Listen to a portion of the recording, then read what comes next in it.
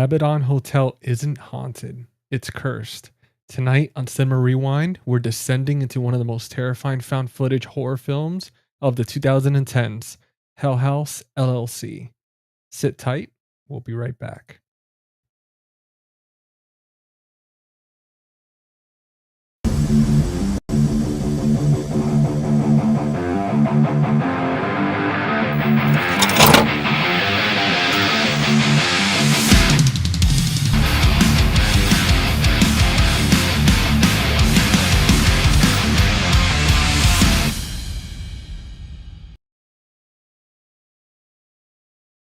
All right, guys, welcome back to Cinema Rewind, the series where we rewind the films that terrified us, thrilled us, and shaped the way we experience cinema. Sorry, guys, tonight I can't speak.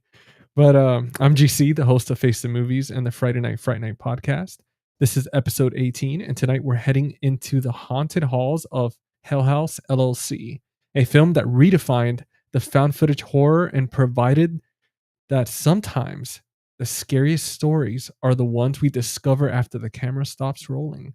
With me, as always, I've got my co-hosts Jordan from the Movie Den and Steven from After Hours Video. Let me get these studs out here so we can hang out tonight.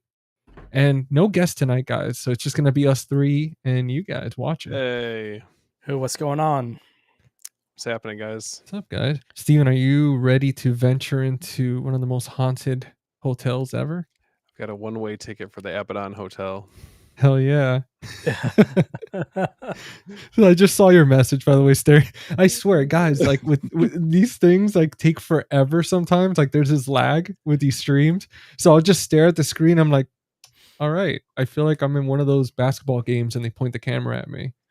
But yeah, guys, go ahead. It's nowhere as bad as last night. We did like the franchise fight between Nightmare on Elm Street and Child's Play. And my wife gave me like this really like it almost looked like black ice cream for like a Cold Stone that she got from there. And I was like midway through the stream and I realized like my teeth were black. I was like, oh, too little, too late. Like dude, I literally look like Freddy Krueger right now. You know what? Like listen, we got to represent, man. And I mean, it's funny. I didn't even notice because our screens were so small. Mm-hmm. And even when you were presenting, I was so distracted by that beautiful steelbook box set that I was just like, I don't even. There's not a Steven right now. I hear his voice, but I just see this shiny metal box. Man. But dude, welcome, guys, as usual. And I just want to say straight up, I know PP Dangler, I see you in the comments here. I know you haven't seen Hell House yet. What's up, Thank dude? you for jumping on. What's going on, PP? PP, the man, the myth, the PP. But you know, we're going to give you a little synopsis, so you kind of know more or less what we're talking about. And dude, at any point, if you want to pause it, check out the movie and come back because we are going to go spoiler heavy. So be fair warned. But before we do the synopsis, go ahead and say hi to Alexander. What's going on? What's up, Alexander? I'm expecting some cool posts later. Like I don't know. I always am just like anticipating that post whenever we do one of these streams. Dude, it gets me really excited for the episode even more afterwards because it's like, hell yeah, we inspired Alexander and putting out some sick freaking Photoshop and Lightroom action. Oh yeah. Now let's see here. So for the synopsis, Hell House LLC follows a documentary crew investigating the mysterious deaths of a group of haunted house staff members who attempted to open an attraction inside the abandoned Abaddon Hotel. Through recovered footage and interviews, the truth behind the hotel's dark past begins to unravel. What starts as a Halloween attraction quickly turns into a night of pure terror as the team realizes something evil resides within the walls. I mean, holy hell. That's unsettling. Yeah. And you guys are in for a treat. I mean, this is such a obviously every movie we pick we're excited to talk about. I can't think from top of my head a movie that we've talked about that either of us have disliked or been like whatever about. But this one, it was a first time watch recently, so I'm definitely excited to talk about this one. Oh yeah. What's up, Eli? What's up, Eli? What's going on, Eli? Guys, do what Eli says here. Like, be Eli's over here being a good example. I know he's being like our hype man. There you go. Look at that. He's a man behind the desk. He's over there crunching numbers in there. We need to see about getting him a gear icon. Dude, that's cool. Oh yeah. How does that work? Is that somebody like they're like a moderator or something? Yeah, kind of. That's sick, man. That's cool. You know what, Eli? We're gonna have to figure that out, man. That'll be so sick.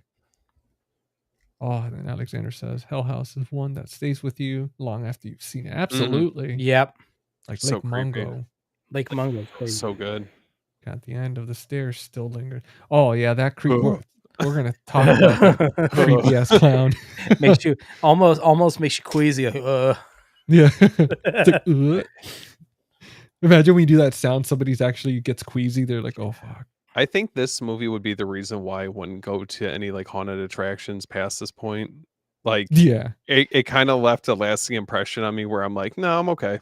This one will scar you for sure. Yeah. Yeah, absolutely, man. I remember going into this film, I was thinking to myself, I was like, what am I getting myself into?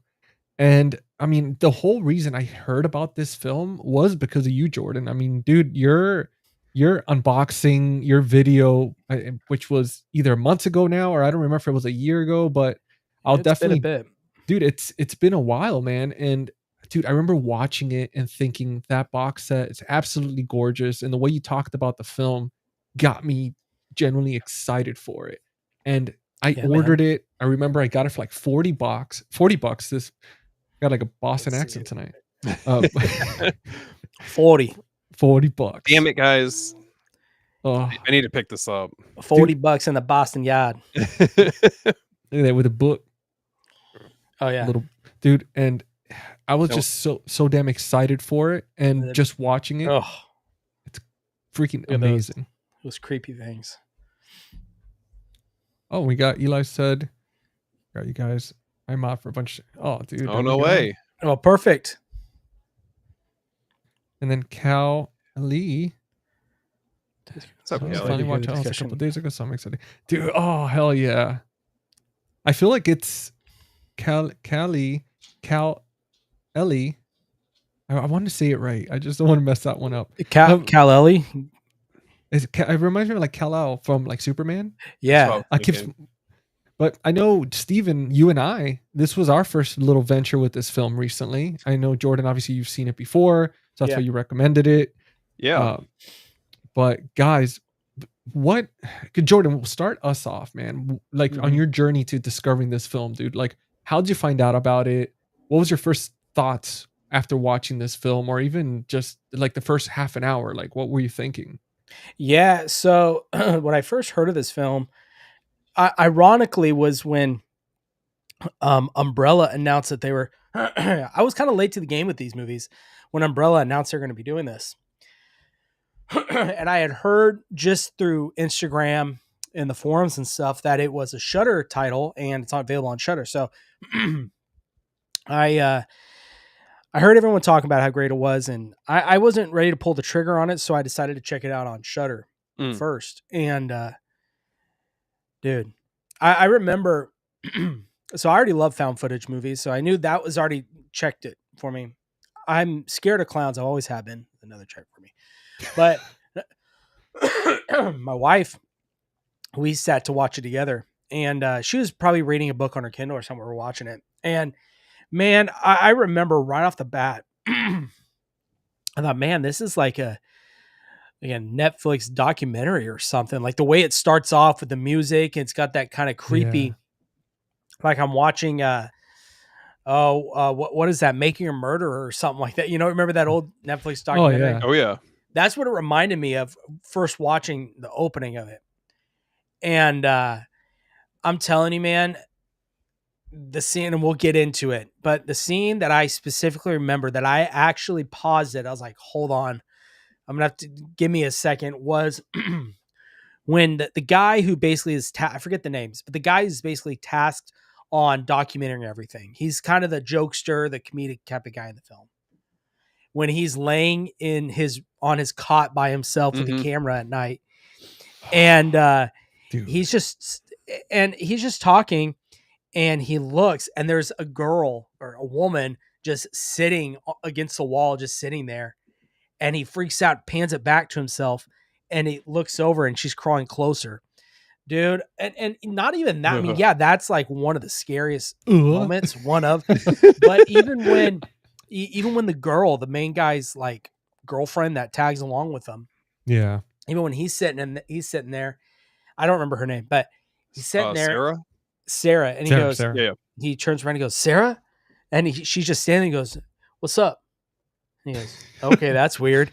But even that little bit, just man, dude, it got me. So I'm sure. I mean, dude, I know you're big on featurettes, booklets, and everything.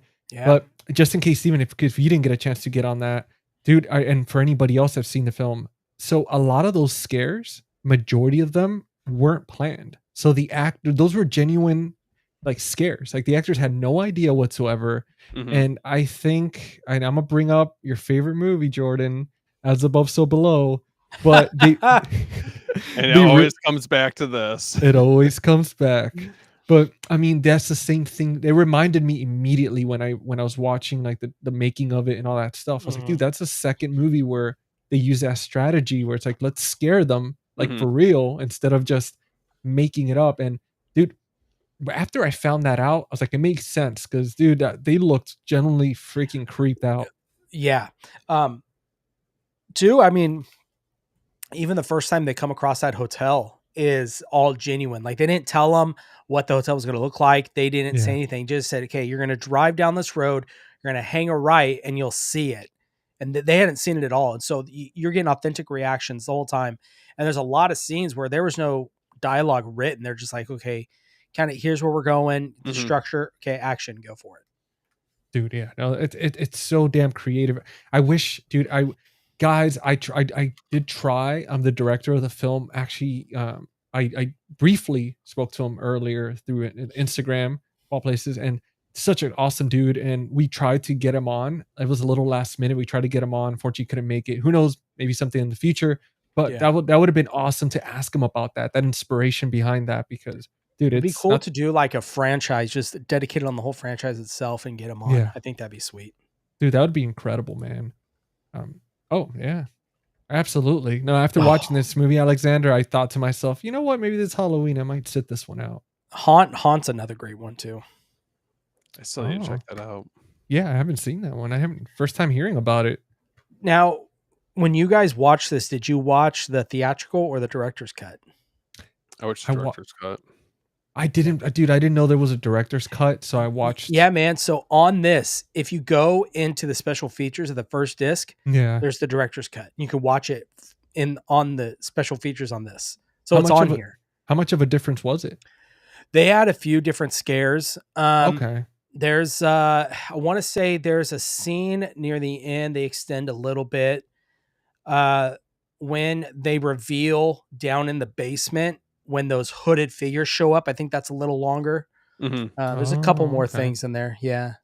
Dude, when I went through the settings and I saw that, I was like, you got to be shitting me. I was like, of course. I literally just finished the movie and now I find a director's cut. But yeah, dude, it's so good. Dude, Kal-El. Yeah, we're right about the Superman phrase. Okay, so play on Kal-El. Oh yeah. We got the other Steven. What's up, man? Steven? What's up, man? Guys, and I got a special guest on here in the chat. So I've known this dude since we're like 15 years old. Best friend since high school. And he's in here. And his name's Adrian. So what's up, Adrian? Thanks for watching. What's up, Adrian? What's going on, Adrian? He was doing a Cartman from South Park. Yeah. He's like, respect my authority. Dude, that is awesome, man. Let's say Alexander's saying you can always do Hellhouse LLC 2.0 with the direct. That would be sick. Talk about director's cut. Dude, it's definitely a movie that I feel like within the last decade, I mean, this is definitely up there as far as found footage movies go. And I mean, my first watch on this, it was really unsettling. I'm not gonna lie. Like I afterwards turned it off and it kind of sits with you. How did you watch it like full blown dark room? Did you watch it alone or with your wife? I watched it by myself, and I was up late. I was watching it, and it was, I've obviously seen found footage movies before, but this is definitely in the right setting.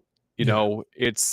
I'm kind of surprised no other movie has done this before, because it's such like a um like the perfect aesthetic for something to already be creepy. We know haunted attractions are supposed to be scary, but when you throw in, haunted attraction that basically is like cursed, and there's like malevolent spirits and damn near demonic clowns, like it's fucking scary.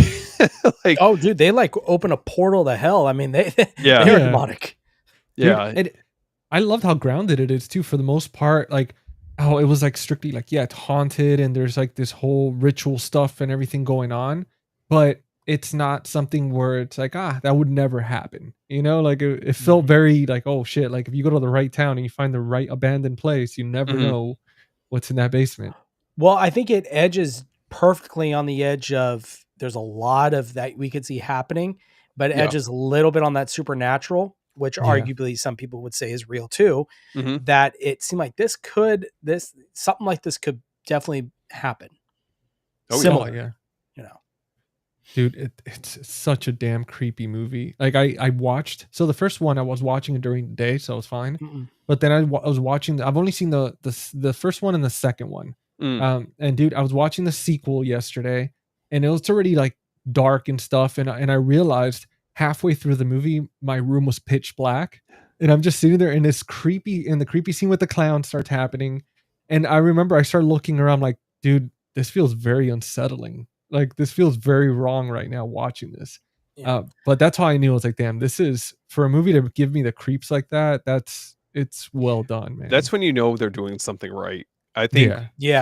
for all of us, for the amount of horror movies that we've watched and just movies in general, I feel like that there's very, very few that get under your skin, and this was definitely one of them. I know, I think we had mentioned earlier with like Lake Mungo. Lake Mungo is another one that I think is Yeah. like so damn effective. I know that's Yeah. been a little bit since that came out, but yeah, definitely one of the staples in found footage.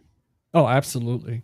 And Cal Ellie. I just got, damn it, I gotta keep practicing Cal Cal Ellie. Yeah, as far as for that set, I don't think it's impossible. I'm assuming they still have it on there. Oh, well, No, there you go. I just put it there. It is still available on their website. You can get right now. Oh, sweet. And if you look on there, the next time Umbrella has a sale, you might get lucky, because again, I paid $40 for mine, and I think I paid 45 for the Terrifier box set at the time for the 4Ks. So it's just really one of those, keep an eye out for it. And I mean, now with the holidays coming up, you never know if you'll find that sale, or Facebook Marketplace, places like that.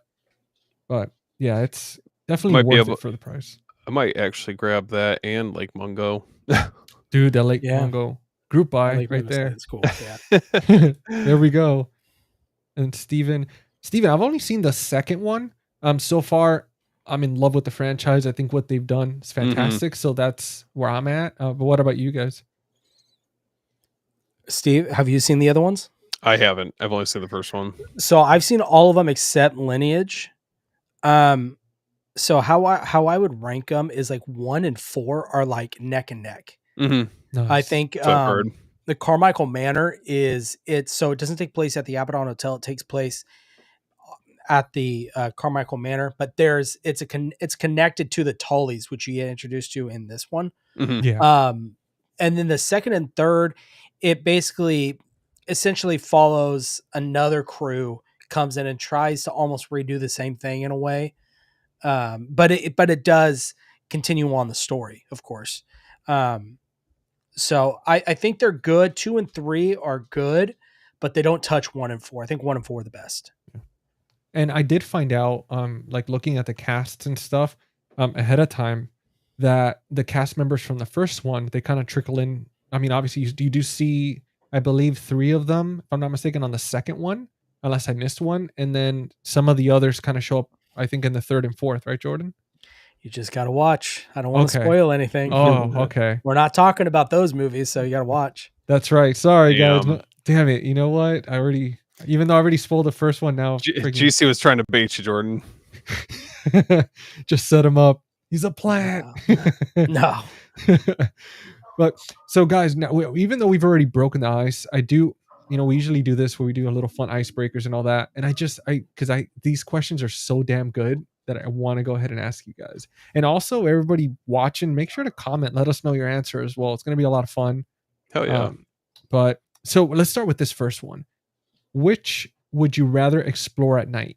The Abaddon Hotel, the Overlook Hotel from The Shining, or Hill House from The Haunting of Hill House?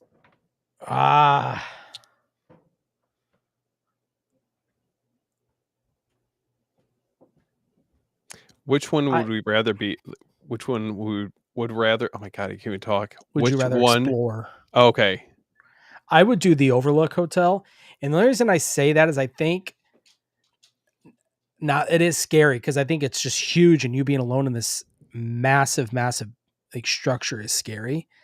But I think a lot of the scary, what makes that film so put you on the edge, is Kubrick's filming. The way he does his shots, his angles he chooses, everything is what adds to the scare factor of that movie.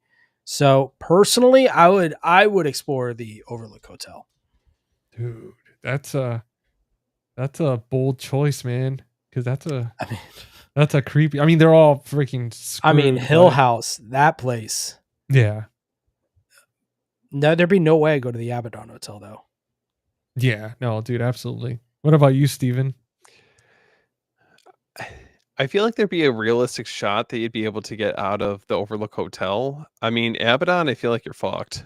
like you're there, right? And it's just like your fate's basically sealed.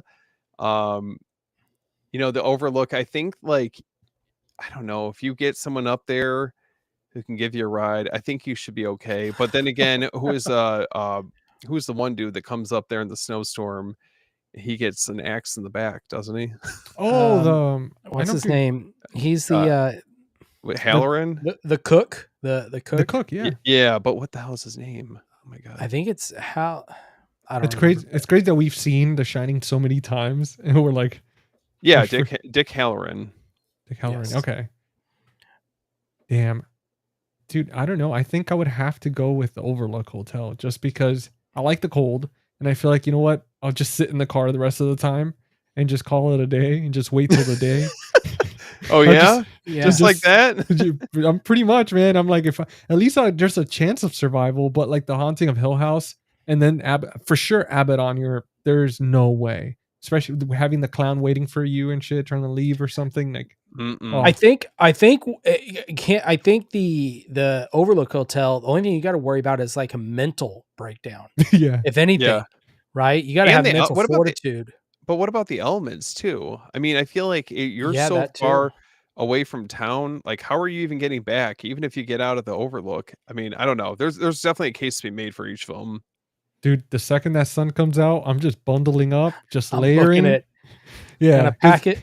You gotta line my pockets with some food from the kitchen and get out of there, dude. I mean, listen, like without even being at the Overlook, we already deal with a daily basis of almost having a breakdown, like naturally. So the Overlook is no. Watch out, guys! GC's on the edge. I'm freaking out. All work and no play make me do something. But man, I don't know. I feel like out of all of us, GC would fall victim to the maze. Oh, dude, I'd be so screwed. Dude, I hate mazes. Those I can't. They stress me out.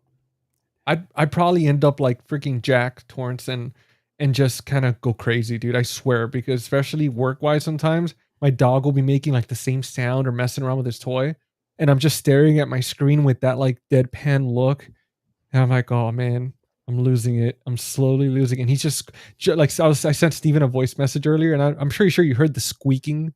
Oh yeah, of his toy, Steven. And sometimes he's like a little machine gun. He's like squeak, squeak, squeak for like 20 minutes. He knows what he's doing. He's like slowly breaking you down. He's just tormenting me. It's like, come on, man. But Jeff, what's up, buddy? We saw you on here. What's up, Jeff? What's going on, Jeff? It was a lot of fun last night. Oh yeah. For anybody who doesn't know, we did this franchise battle yesterday, and it was Team Chucky versus Team Nightmare on Elm Street, and it was a lot of fun. Yeah, a blast. Steven and I were on Nightmare, and then Jeff was on the Chucky team. So much fun yesterday. a lot of fun trash talking and just hanging out Oh, with the yeah. guys. And Eli says the Hell House Blu-ray set Bless is still you. available. Thank you.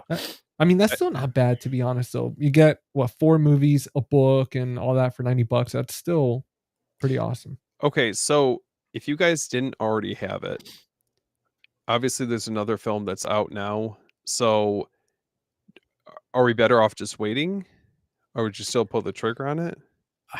I don't know, because what was what was Umbrella's connection with these films? Because I wonder if there's like a production company that they were a part of that Mhm. put these first 4 out, that I don't know if they're a part of the 5th one.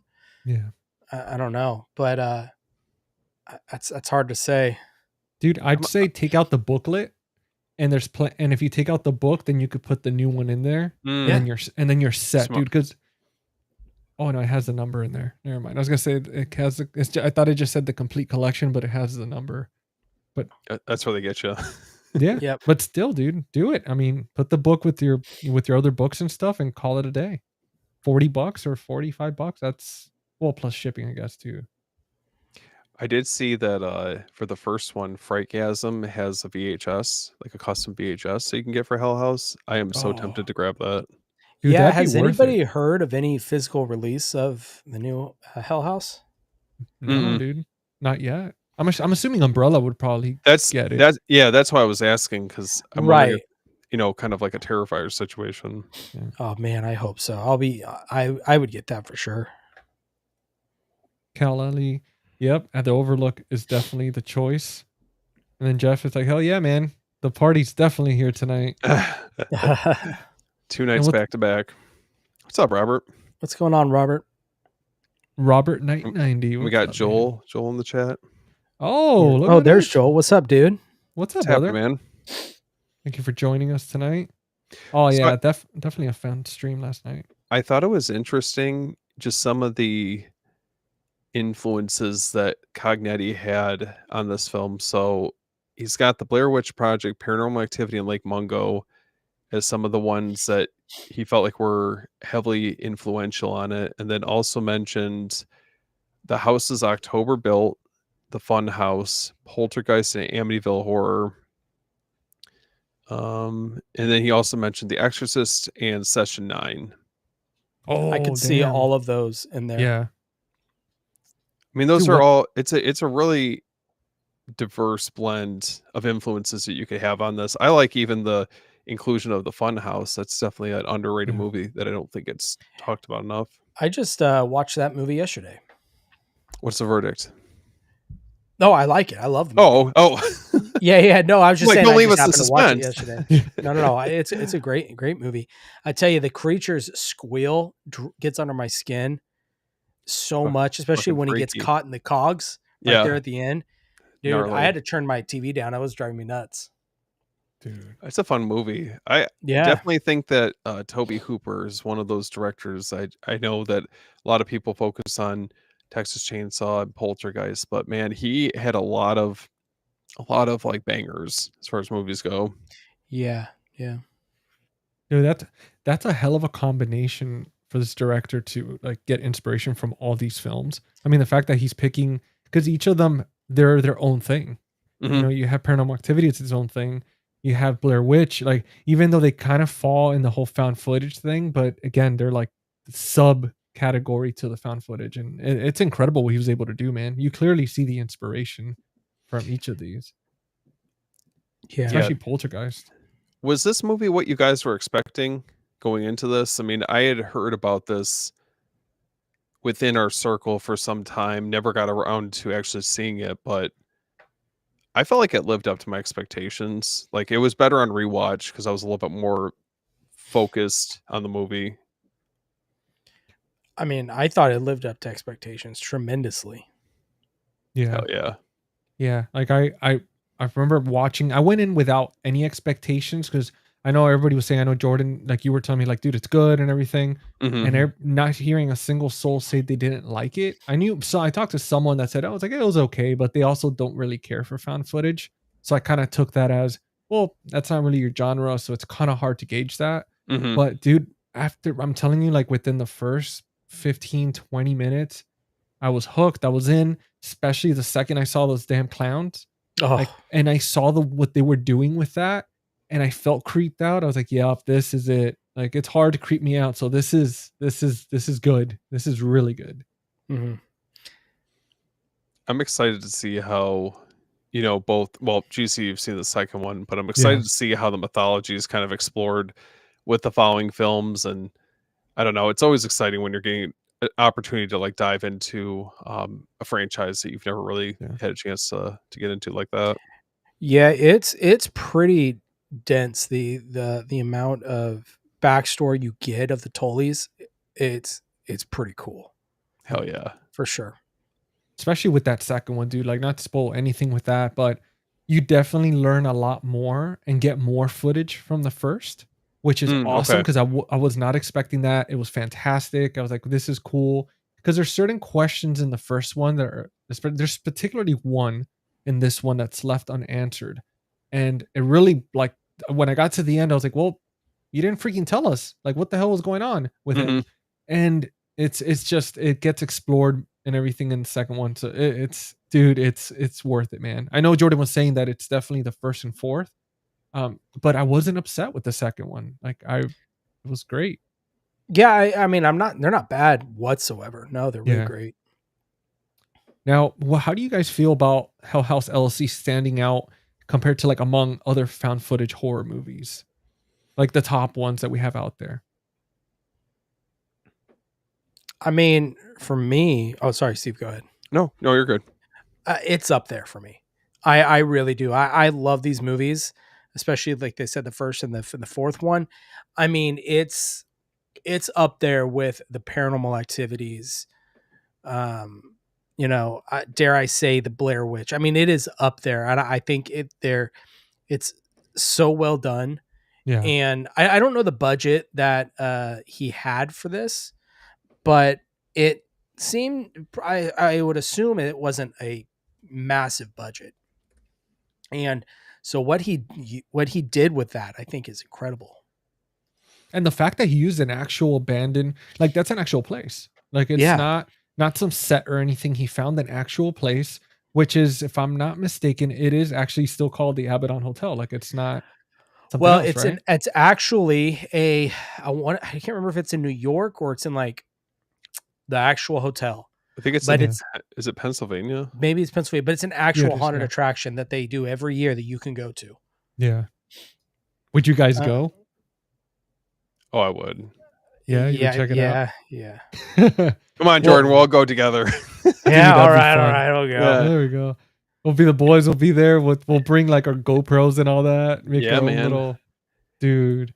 Well, talking about haunted attractions, because this is an interesting one I wanted to ask.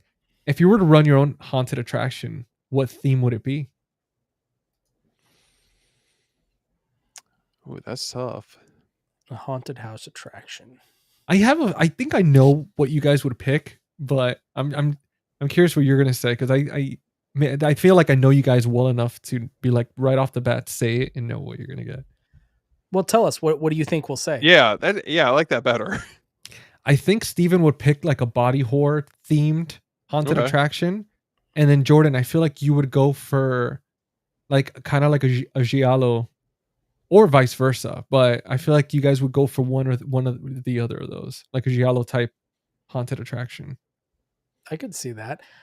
I don't know. I'm actually gonna GC, I like the body horror. Yeah, we Yeah, walk in, it's just body horror left and right. just effects left and right. If it's done right, I think it could look really cool. Yeah. I just don't know what the setting would look like. Yeah, or maybe even like a fun house type thing, I think is really well. It could be done really well. Hmm. And that's the thing, and I, I could do a giallo, but also a clown, something like a fun house of clowns, because the thing with clowns is they're so unpredictable. You don't Yeah. know what their next move is. They just seem like someone that just left an asylum and showed up. And it's kind of, you're on edge the whole time of not knowing what they're going to do. And I think that is scary to me. I could see something like, if you were to do body horror, have it take place in like a hospital. Yeah. have it be in that setting. Everyone, once you get in there and within the confines of like, each patient's room or, the surgery area or something like that. If you go like, you know, dial it up to 10 with the body horror, I feel like that would be really cool. Dude, you'd really creep people out. You could do something too where, like, you know how they had the Jurassic Park ride in Universal where you get splashed and stuff when the T-Rex comes out, where you could have kind of something like that. You warn people ahead of time, hey, don't wear fancy stuff. Like if you're gonna come in here, and you could kind of lightly like mist and splash people with what it could be like some type of gunk or blood or something. Well, I know at the Halloween Horror Nights, they did a Terrifier maze attraction, and Oh, that'd be in fun. there they will spray you with water throughout, and it's supposed to be blood, right? And they pump the smell of iron out. Whoa. So not only are you feeling the water blood, it smells like blood because it's the pumping the smell of iron out. And That sounds terrible. oh, that's right up your guys' alley. Michael Myers, Jason Voorhees. mhm. Oh, I like Alexander's options: Suburban Terror, Campy Slasher, And or a Nightmare Fever Dream. Yeah. that's cool. Did you guys ever see The Void? Not to get off topic. Oh yeah. Yeah, love that's that what movie. that's what I was thinking. Like, if you're talking body horror in a hospital, man, like Oh, just dude. go all out, like some weird cult type stuff. That's my answer. That There we go. movie, I know we're talking about Hell House, but that movie just checks so many boxes. Oh You've yeah. got the cult aspect. You've got the body horror. It almost has a H.P. Lovecraft type feel to it. Oh, big time. I mean, it's so good. That Yeah. feels very like John Carpenter-esque. Yeah, we need a Second Sight. We Oh my need God. them to release that. That feels like a Second Sight release. That give us that and The Fly, please. Oh yeah. Oh, The Fly. Actually, Adrian was asking too, because we're quickly talking about body horror, but what would you guys rate between the original Thing and then I guess a prequel, the new one? So I've never seen the prequel. Really? Okay. Yeah. It's not terrible. Like, there's definitely a lot of other remakes. I mean, I guess prequels. It's not a remake, but there's a lot of other spiritual sequels, prequels that are way worse. Yeah. It's not good, but it's not great. Cruel Jaws. Come on now. That's an original property. Come on now. Too much CGI.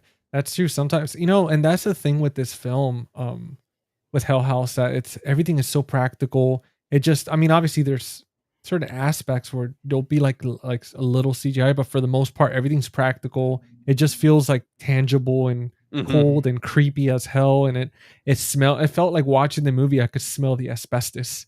Like it just, Oh yeah. dude, felt so dirty. Like watching the guy that had the camera when he was sleeping on the floor in that mattress. That whole attraction, just, I can only imagine what that smells like, how dirty it is.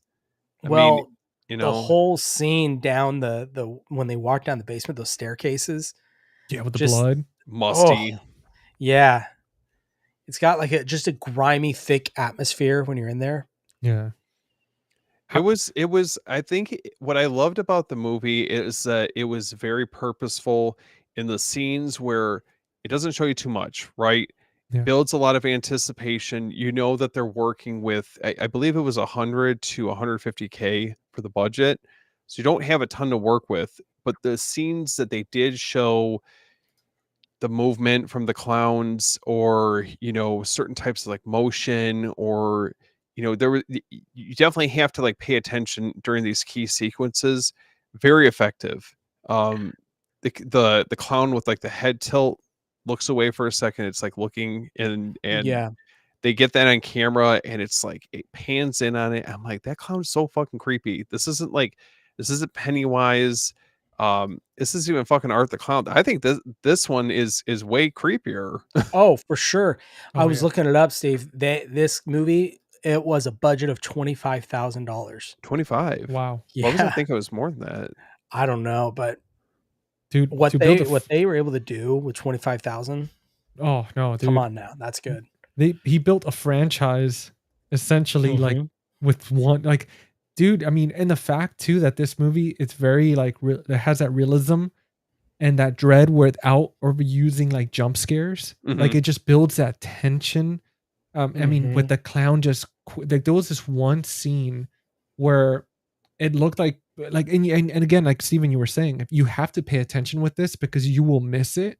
But when you're really immersed in this film and the camera's turning to certain hallways, there's certain moments where there's just a figure standing there Yeah. and then the person turns back the camera slowly and he's like, what the hell? And either they're there or they're gone. But the way they did that, it was just Mhm. so not cheesy. It was just very unsettling. We all get that feeling, sometimes, in the middle of the night, you wake up, you're half asleep, and you turn over, you're like, did I just see something from a corner of my eye? Dude, it's oh Well, man. or the use of the scene, and it's a simple, I mean, you think of it, it's not a lot that happened, but it's so scary is when they're in the dining room and it's completely a complete mess, and then they kind of walk away from the dining room for a second, they walk back in and it's like completely made, everything's all perfect, done up. What the can what is it, candles? I think the candles were on. The Yeah. candles were on, yeah, Oof. yeah. With the book. Yeah, yeah. Oh, dude. You guys got me wanting to watch the second one before I go to bed. Dude, Oh, do it, you man. should. Do it. Do it. I might I'm gonna watch the third one tomorrow because I'm so damn excited for that. Like, I just want to finish. Like, I don't want to get to the end, but at the same time, I do because I want to know what happens. But it's just one of those bittersweet situations. Oh, I can't wait to hear what you guys think of the fourth one. Oh, dude. And no, it Oh, definitely is so really good. impressive. 25. I mean, you know what's crazy, guys, is that $25,000. It's a brand new car. Like they Yeah, made this film at the budget of a brand new car, even though brand new cars actually go even a little higher than this these days. Mhm. But dude, that's like a Honda, a Civic yeah, like a or something. brand You new know what I one or mean? something. Yeah. I mean, dude, hats off, man, to them because the way they did that was fantastic, very creative, and it shows when somebody loves what they're doing and they love the genre when they're Yep. able to take the inspiration from other films without copying it exactly. It's great, like taking your own twist on it. I mean, dude, that clown, like you guys said earlier, dude, that's to me, that's the scariest clown I've ever seen. Like in Oh any yeah, movie, like easily. that was just the eyes, the way they were, like just the blood coming down from the eye. Like, dude, that shit was like unsettling. And the fact that it was a big ass clown too. He looked like he was like 6'2", 6'3" or something. He was yoked. Yeah, yeah. I was like, this dude's gonna freaking sacrifice us. He's gonna come out of my screen or something. So what do you guys consider like some of the What's scarier up, moments? William? Obviously, What's up, what's up, William? William? Obviously, it's getting into spoiler territory, but I mean, what was maybe like the top scene for you that really kind of encapsulates the experience of Hell House LLC? There's a few. I think I kind of touched on it. The one with the girl and he's in his bedroom alone on the Yeah. floor, the camera operator guy. That one, but also the simple one of when he's the camera guy, he notices that the head of the clown moved Yeah. and he rushes back to go tell the guys and like, oh, you did this. I don't believe you. That whole scene, just the little stuff. And then the hallway scene where the lights are flashing. Oh yeah, like the strobe light effect. Yeah. But wait, hold on. The scene that you were talking about where the clown's in the hallway, he rushes back. Doesn't he go downstairs afterwards and he sees the clowns like sitting back down on the floor? That's the one you're talking about, right? Yeah, yeah, where he just Yeah. standing in front of like Oh before. god. Dude, that's the one for me. That was I was gonna mention that one. That's the one for me. That's where I was like, yeah, I don't know about this, guys. I would have been out of there. Like, hell no. He just turns his freaking head and he's just talking to him, and he's like, "Oh, what's up, man?" And then he's like, "Wait a minute, what the hell is this, dude?" And Yeah. then there's one where isn't it where he's at the bottom of the steps too? I'm trying to think if that I think that Yeah, when might they're be a little bit. all the other group of guys are looking down and Yep. he's just standing there. Um, dude, oh man, I want to tell you so much on the fourth one. They Don't take care. those scenes of the head turn and moving without like to the next level. It's No, oh, Dude, I'm excited, man. Damn it, Jordan. I need to be able to sleep, man. I can't. GC's gonna be up all night. I'm just gonna be sitting there just binging. I'm like, I need more. I don't blame you. Yeah. I mean, the first one is definitely. I mean, I've watched it 2 times recently, and I can definitely see why people, including Yeah. myself, really enjoy it. Well, and since we're talking about this movie, Steven, obviously you mentioned the inspiration for these films. How do you feel that this movie stacks up against like the paranormal? Oh, well, I mean, question for everybody: like, how do you feel this movie stacks up this franchise compared to the Paranormal Activity franchise, or like the Blair Witch Project itself? Um, like as far as found footage as a whole, like other movies. Yeah, like do you feel like this franchise? I mean, I know for Steven, you've only seen the first so far. So I guess you could compare it to like, do you feel like this movie lives up there with Paranormal Activity and their Blair Witch? Like it has its place cemented up there, or do you feel like it's good, but it's not quite up there with these iconic movies? If I was putting something like if you're doing tiers, I would say S tier for me would be like Ghost Watch, the Blair Witch Project, and then I think that next tier down would be Paranormal Activity. I put this in there. Okay. Wreck is another great one. Oh, that's a Yeah. good Like one. Lake Mungo. Trying to think of some other ones. Maybe you could throw in VHS, the first one. That's true. The Yeah. first Yeah. two I feel like are a little Not bit. Halloween. Yeah. Why not, man? Did you watch it? I did. Okay. I didn't think it was as good as the other ones, but GC, there's a story in there that you're really gonna like. Which And I wait, think no spoilers, but which one? As Above, So Below. no, it's in there. Yeah, it's a take on it. Yeah. Dude, you see how that movie is so good that it's everywhere. Eli man. knows, man. That's one of my favorite box sets. Dude, Ghost Watch. I have that box Yeah. set too. So would you rather watch that or The Conjuring 2? Because they're the same stories. Oh, Ghost Watch. I'd watch Ghost Watch over either Conjuring movie. I don't know. I just adore that movie. That was right place, right time, right setting. I like how ahead of the time it was compared I to just that movie, not to sidetrack, we'll go back, but when at the end, when I don't remember the kind of the main host of the show of Ghost Watch, oh yeah, when yep. literally everything is falling apart, lights are crashing, and he's just standing like, oh, well, there's something over there falling over down. Oh, look over Yeah. there, and he never leaves. Yeah. Dude, that's hilarious, man. He's just I hate when that shit happens in movies where there's like everything that can go wrong goes wrong, and people are just like, well, I mean, like I think everything's gonna be okay. It's like, no, dude, it's not okay. Like there's ghosts and shit. I will say though, to Alexander's comment, I will say that I do like the Conjuring 2. I feel like the first two are the first one. I mean, you guys could probably agree. It's for the 2010s. I would say that that's probably one of the better movies that we got during that time. Yeah. The Conjuring 2, I feel like is a tier down. It's still excellent. But the ones that followed after it, I mean, I haven't seen the newest one, but I remember the third one. I did not like that one. Yeah, the third one's not that good. Well, Jordan, I mean, you've seen all these films. Have you seen all the Paranormal Activities? I think I've seen up to like the next of kin or like the Ghost Dimension or something. I can't remember. I haven't seen all of them, but I've seen most of them. Well, how do you feel between these two franchises? Which one would be your pick?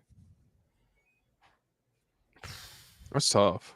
I honestly, and this might be a hot take, but I find myself going back to Hell House more than Paranormal Activity. As a franchise, I think it's a more solid franchise than the Paranormal Activity franchise. Like I think Paranormal Activity 3 is one of the greatest found footage movies ever. It's really good. I think the third one is excellent. But I think as a whole, I think this, in my opinion, tops it a little bit.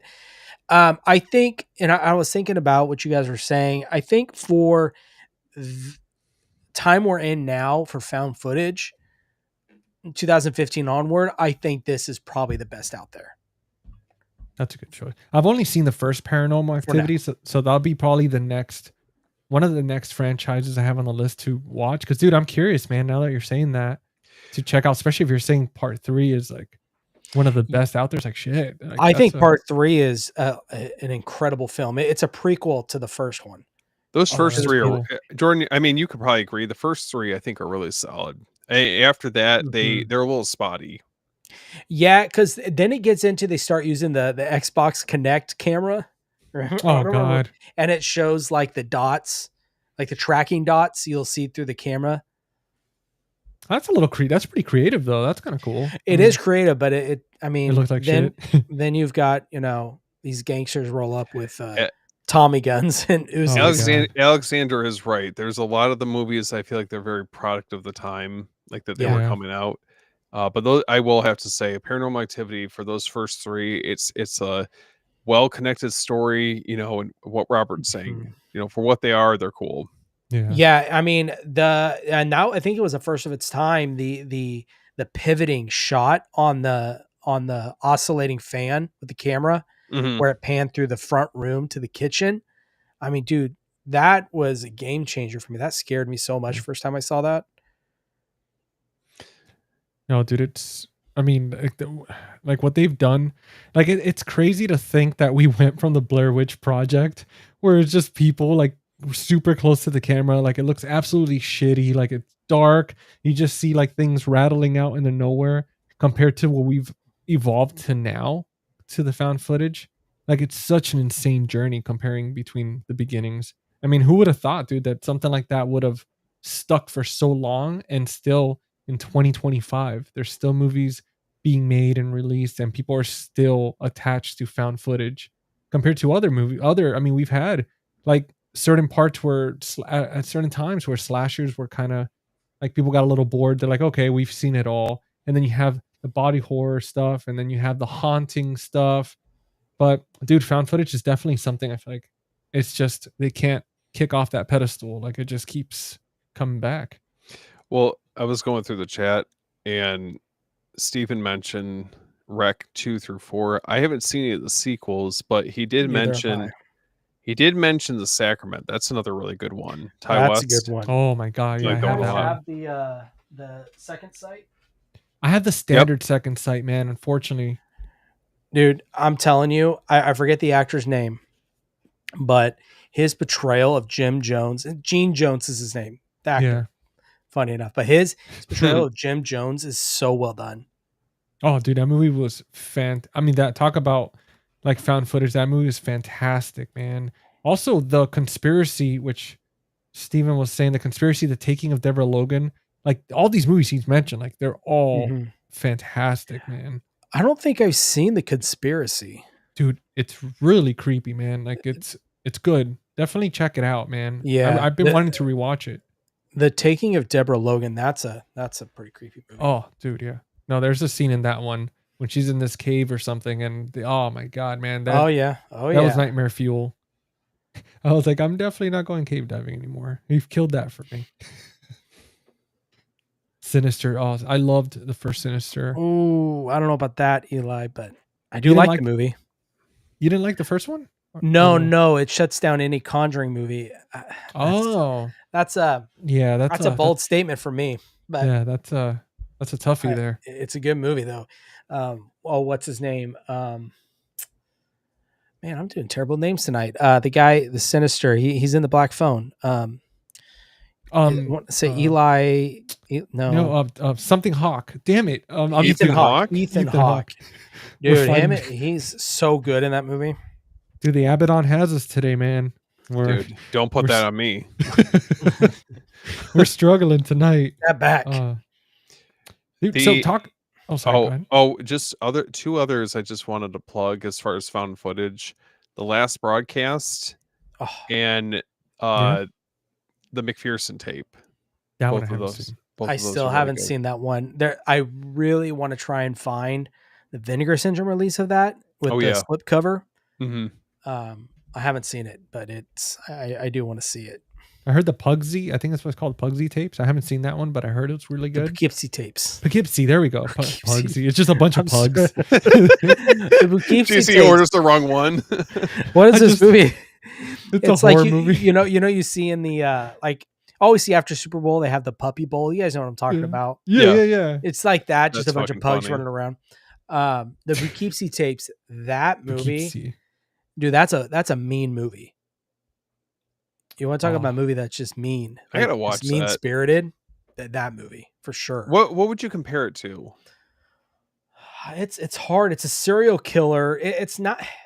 It is a found footage, but it's I mean, I guess it is a found footage technically. I don't know. It's hard to compare it to anything, because you guys know what the story is, right? No. I mean, something about those are all his recordings that they find or something. Of his killings, yeah. And the story kind of centers around this girl that he kidnaps as a very young age, and kind of the story, the main story centers around that, but it's hard to, man, I don't know. That's a good question. It kind of stands on its own, to be honest with you. There's a scene, and I won't say too much in the Poughkeepsie tapes, but where the main killer gets a visitor in the house, and the person he's being held captive is hiding in the living room where it's all taking place, and she has to stay completely still. It's crazy. You just have to see it. It's wild. I got it on Amazon, I think. Oh, dude. Long ago. I'm gonna check that one out, man, because that's I just saw Alexander's comment. That's the we're stuck reason why I on- no longer It's wear so socks in good. my house. Now I have to see this. Oh, dude. It's all the table. Yeah, throughout the 1990s, the serial killer terrorized upstate New York after a decade-long crime spree conducted largely under the radar of law enforcement. The killer left behind the most disturbing collection of evidence homicides detectives had ever seen, hundreds of homemade videotapes that chronicled the stalking, abduction, murder, and disposal of his victims. Yo, Josh, what's up, man? What's up, Josh? What's up, man? Dude, he has been putting me onto so many damn movies lately. Dude, I know he was talking about Hell House, and there's like a bunch of other movies I've been checking out that he's recommended. Josh, you gotta. We need to get you on here as a guest, man. That'd be so Yeah, awesome man. to hang out. That'd be cool. That Creep does count. I Yeah, think that's another good one. Yep, Creep that's is another good. one. Where would you guys rate that, like compared to some of the other ones that we talked about? Because I don't know if I would consider that like quite as high. It's fun, right? But Mhm. I agree with you. I think it is. It's a fun movie. It's an interesting concept, Yeah. and I think it's really cool that they continued on with the creep tapes. on a scale of 1 to Peach Fuzz, what are you thinking?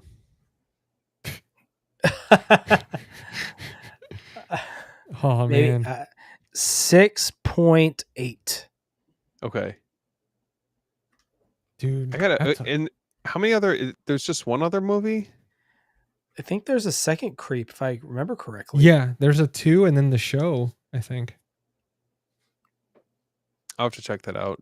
I still Yeah, gotta try to- watch. So I gotta watch that, and then I also gotta go through and watch the rest of the Hell House You movies. need to watch this. Damn it!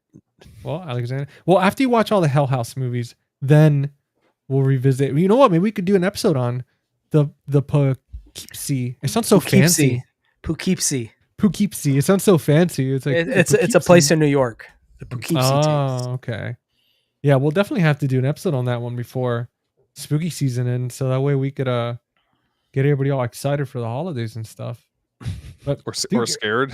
or scared, scared shitless. It's like, you know what? I don't want to. I don't want to have anybody over. I just want to lock my doors and just Yep, stay in. That's it. Dude, so we were talking about actors earlier. We're talking about actors like Ethan Hawke and all that.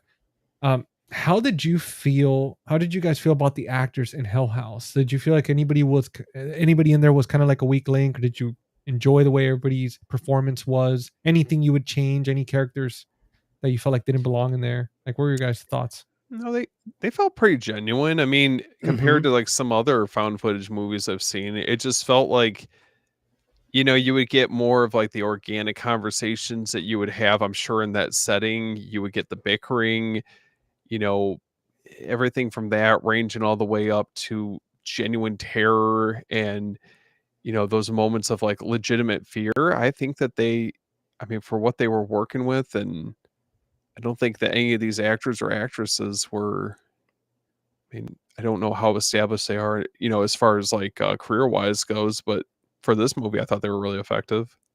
Yeah, they had a good camaraderie, which I think was important, especially with a Oh film with yeah. a $25,000 budget. You Yeah. need to have a group of actors that really had that got along like they were best friends, like they've been friends for years. Something they just hit it off really well, and I think that showed a lot in this. And I think each one had their place. You had the jokester, the more serious guy, the skeptic, the leader, so they had their roles, but they worked really well together, I thought. Yeah, the recipe was there for sure. Like as far as for Mhm. establishing what role each character plays and all that, like the hierarchy. Mhm. And definitely there was moments from watching behind the scenes stuff in the first one that I think there was certain moments of improv of Mhm. certain scenes that they were allowed. So I mean, dude, to have that freedom as an actor to be able to be creative and really mold the character that you're playing and bringing them to life like that. I mean, I felt the same way as you guys. I think everybody did their part. I thought it was fantastic. Um, I do want to jump into kind of the atmosphere of the film, like the lighting, the sound, the claustrophobic feeling, like with the strobe lights flashing, and you just kind of feel trapped. Did you guys feel like it was enough for this film? Do you feel like it was lacking a little bit? What do you think, Like Steve? like as far as visuals or just for that specific scene? Yeah, I mean, just the way these scenes made you feel like when they're running through those like little hallways and you have all these strobe lights and you have like that mist and the low lights and that like did you feel at all like claustrophobic or you felt kind of like trapped because of It did feel claustrophobic. The further you yeah, got into the Abaddon Hotel, it like made you feel very unsettled. I was very uncomfortable as soon as they started descending like down the staircase and to whatever parts of like the lower level, that's where I was like, oh fuck that. like, yeah, Mhm. and or the moments where I can't remember what the guy's name is, but he sees something, starts trying to sprint out, and he gets stuck in that room. Like that made me feel uncomfortable. Um, Mhm. but there were also moments towards the end at least on the first watch, it was a little tough to see what exactly was going on. It's very chaotic. You're trying to figure out what exactly is happening. On a rewatch, I was able to like really, like really focus in on what exactly was happening. I picked up some various details and, you know, different things I hadn't seen the first time around. well, how did you feel as far as for like about catching certain things that you did like that you didn't see the first time around when it came to like let's say Sarah for example, like that like the ending, where like did you feel at all that that wasn't Sarah or that really was her during the interview and all that stuff, and did it have you feel kind of like the way they went with that ending, like did you like that or was it kind of like I wish they would have gone a different direction? Uh, I didn't mind it. I think it works. I mean, it's definitely an interesting angle to it, you know? Yeah. I mean, this hotel is basically like the embodiment of evil, right? Mhm. So to have an extension of that with Sarah wouldn't really surprise me in the slightest, especially after what they went through. Dude, that hotel, man, like, dude, it felt infinite. Like for such a small place, like it just felt like because at one point they do mention where the owner or whatever, he was supposed to be kind of like the Dante for his cult or Mhm. whatever. Mhm. And we all know the story of Dante's Inferno and the Circles of Hell. But that hotel felt that way. It felt like it had so many layers. And every time they went to certain rooms and certain layers, it got either worse and worse. And it was just that Jordan's like, oh, he knows what I'm talking about. He's reading my mind. No, That's I just you just gotta watch the other movies. oh, dude, I'm excited. I thought you were thinking They about it's above, so below. I was like, damn it, Jordan. no, but they may or may not tap into the whole idea of the circle, or the layers of hell. Oh, dude, that's cool. Yeah, I love the way they did that. Like I just felt like for such a small set, Mhm. it never ended. Like it Mhm. always felt like a different room for me, except the room where the guy was like the camera guy. Except that room obviously was very, but everything else just constantly felt like it was shifting, it was different.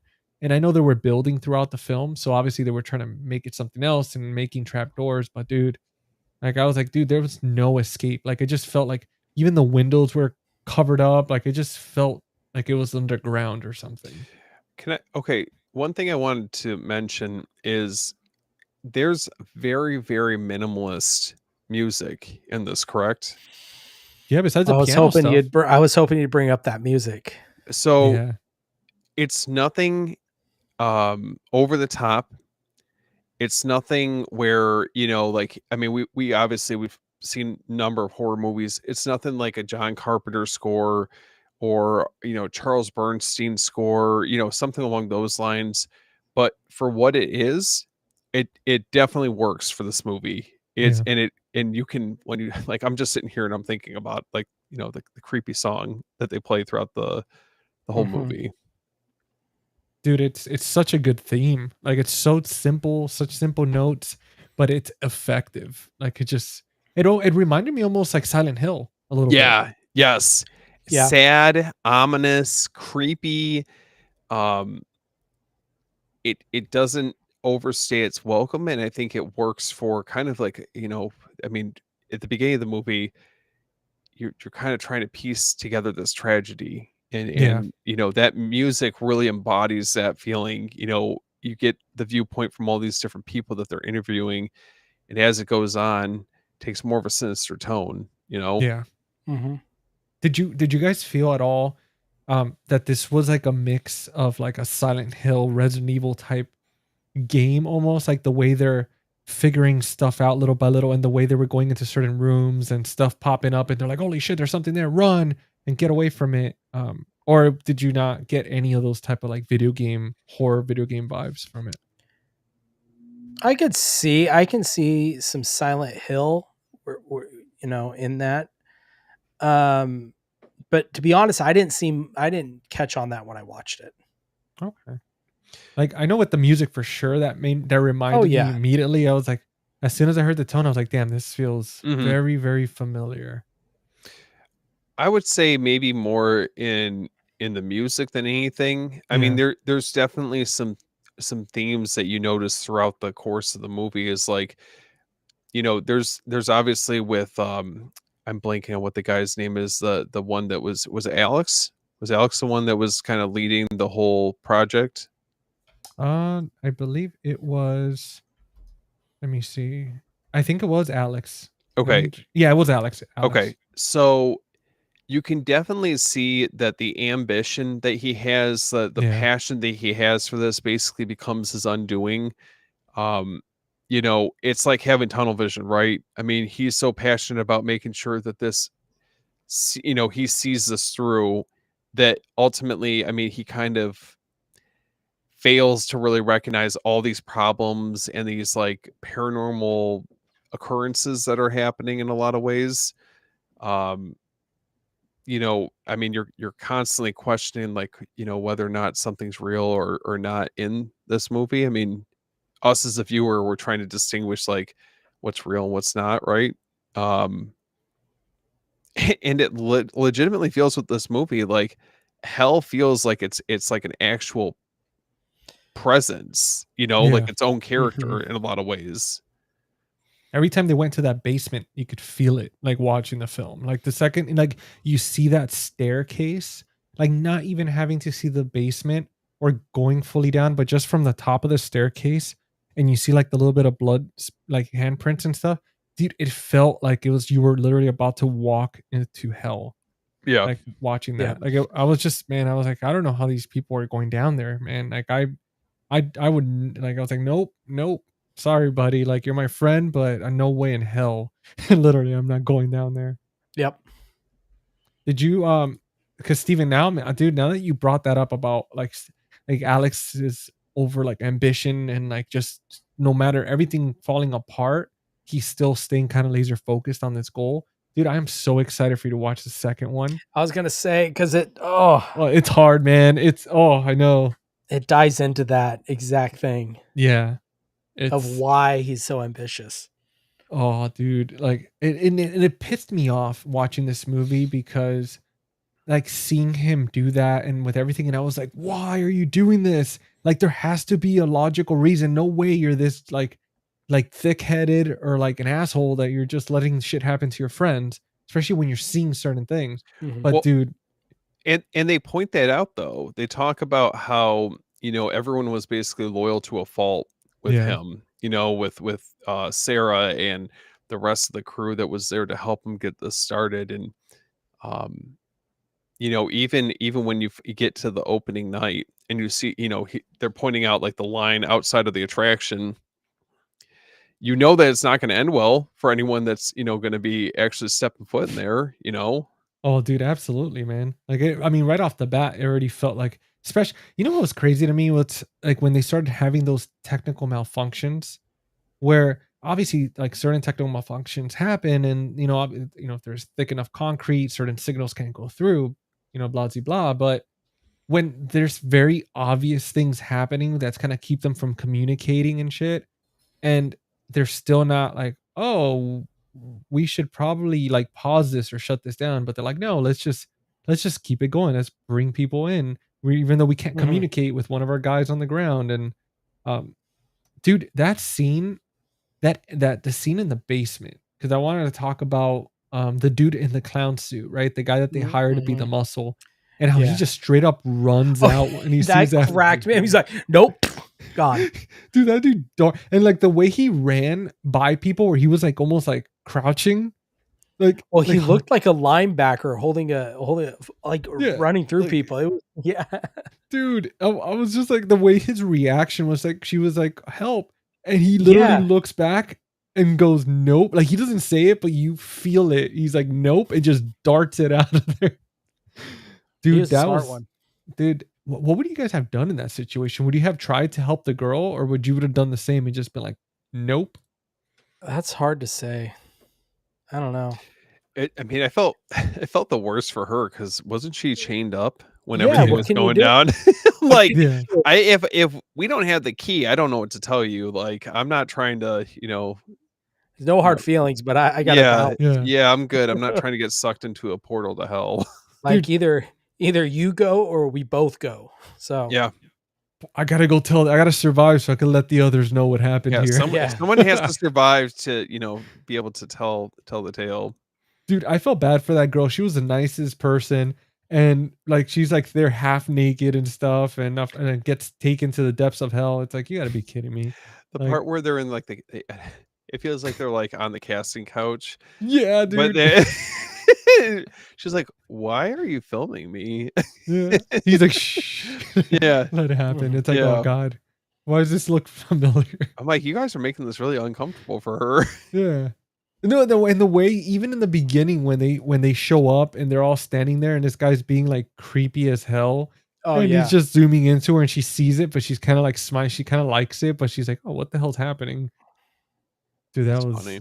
And then Alex the whole time he's like, "Stop it!" He's like, "Stop messing around, man. And this Yeah, is was that? Oh, serious." Paul was his name. Paul, yeah, Dude, he's a little creepy, little creeper. yeah, dude. But he was funny as shit, man. Like honestly, like Yeah. the dude was funny. It sucked his like his demise. I mean, getting it's almost like a kind of like a karma, so to speak. Like right, like Yeah. he was obsessed with like meeting a chick and hooking up and this and that, and then his demise is some demon haunted chick that jumps on his bed with him and Yeah. takes over. But so Now hold on. I'm trying to remember because there's the scene where is he like he's just laying in the bed, right? Like they come to check in on him and he's just like lifeless at that point. I think essentially it was just kind of oh, the he was in the way I basement. think. Well, they found him in the basement, but then he Yeah, was up. It was the morning of the night that they were going to do the grand opening, and they went and Yeah. said, "Hey, Paul, are you going to get up?" And he just was not responding. yeah. It's like basically when the hotel has a hold on him. Yeah. So creepy. Dude, I didn't understand when they found him in that basement and he's just unresponsive and they have to like get him upstairs and stuff. It's like, did anybody at one point be like, okay, he's not joking? Like, it's been 4 hours and he just hasn't blinked and he's just like sitting there. Well, I think the whole time they just really just believed that the whole time he was just playing a prank on them. Like, Yeah. they just didn't believe him. Dude, So he that was must. No, go ahead. Go ahead. Sorry. No. I was just gonna basically say the same thing. Like was their thing the whole time. Dude, he must have freaking played some crazy pranks back in the day for them to be like, I yeah, know. it's just Right. old So Paul. they were just questioning everything. He's like, oh, good old Paul. He'll snap out of it in like 9 or 12 hours. Like, he's fine. He's done this before. He's had his moments. Well, what was the scariest room for you guys in that house? The basement. Oh Really? yeah, man. Yeah, without a doubt. Dude, I felt like Paul's room really freaked me out, between like having that demon chick just sitting there, like I forget her name, Sarah, coming in like that, just standing there all Mhm. crazy. Like, dude, I don't know. I felt like his room was creepy because there was there was only that entry and that's it. And it was just, at least the basement, I think, had the upstairs, it had the stairs to go upstairs and then some other door to get out or something. Yeah, I definitely have to. I feel like the basement. I mean, that's really where. I mean, you you like legitimately see some dark shit going on down there Yeah, at one Yeah. point. those freaking clowns. Oh, Well, Oh, how do you? those hooded figures. yeah. Oh, Yep. dude, yeah. Well, how do you guys feel as far as because the director originally intended for this to be kind of like a short standalone film. Do you guys feel like if they didn't make any more of them and they just stuck with this first one, are you happy the way it ended? Do you feel like you learned enough of what was going on, or did it leave you with more questions? Kind of like in the movie, kind of like the show Lost type situation. I think it. I mean, if okay, I don't really have a lot to refer to just because I haven't watched all of them. But Yeah. as a standalone movie, I think it's great. If you were to just watch this on its own, I mean, it starts and ends, and not everything needs to be explained, and I'm okay with that. Yeah. Mm-hmm.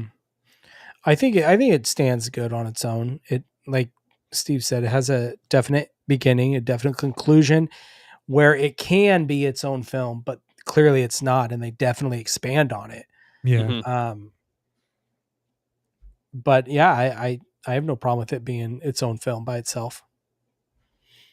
Yeah. No, I definitely noticed that, man. Like, it, like, even to the way they ended it, like, he ended it in a way that if they didn't have any other films, it's like that's the way it is. Like, that's it. Like, Yeah. unfortunately, curiosity killed the cat. They went in there and they were just freaking screwed, and that's it. But definitely love the direction that he's gone so far. Again, Steven, dude, I cannot wait for you to watch that sequel so we could talk about it. Like, I even we talk know. about it amongst ourselves, because like I was very impressed. I was like, damn, this is it's hard, man. It's hard when movies don't, like, they don't do sequels justice, and they don't, they start off like 20 years later or something. It's like a whole different random people, and it's a whole its own, it's its own thing. Well, But especially with sequels, I mean, yeah, it has to be made with a purpose, right? Is it going yeah, to enhance the story? Is it going to enhance the Mhm. legacy, or is it going to hurt it? Because I think a lot of times movies, I don't, I mean, maybe it's more from the financial sense, but there's times where I feel like the sequels or prequels or requels or remakes or whatever the case is, just it doesn't feel justified, the reason why we're getting them. yeah. And I'm Yeah. curious to see like how the rest of the franchises, as the films go on. But Well, Jordan, since you've seen them all, and did you mention that you saw the new one as well, or you haven't seen it?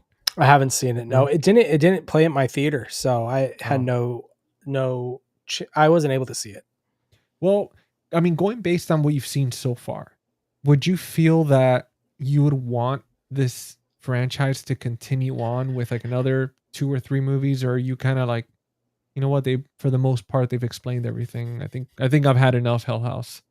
Well, I was surprised they announced another one, Okay. because I believe how the fourth one ends, they ended it like, okay, this feels final. It's a full circle moment, right? Yeah. mhm. So I was shocked to see the fifth one. I don't know nothing about the story. Yeah. All I know is it's not found footage. It's, so that kind of sucks. Yeah. But I haven't seen it, so I can't really speak on that. I've But heard, I was surprised that they did do another one. dude, I've heard mixed reviews with that, with in particular, where it's like a lot of people were like, man, I wanted this to be found footage, and they were kind of disappointed it went, like, after like being the fifth movie, it's like now it changes to something else. So I'm curious to see how that affects the story and how it affects the immersion of the film. Because yeah, I mean, with this one, I definitely felt like I was watching somebody's recording the way they did it. Like, it was really good, and it wasn't Yeah. too shaky. How'd you guys feel about that? Like the whole Just at the end. At the end, Okay. it was I'll be honest, like, and I've seen a number of found footage movies where I think, even in we were talking about Wreck earlier, and there's times where I felt like that was kind of tough to see what was actually going on in certain scenes, but um towards the end with this one, it was a little like, there's glitching and the shaky camera. It can just be a little tough to figure out like where exactly they're at, or what's going on. But Yeah. other than that, I mean, I thought it was solid. Yeah, no, absolutely, man. And then my girlfriend Erin's here. Hey, hun. Mm. What's going on, Aaron? What's up, Aaron?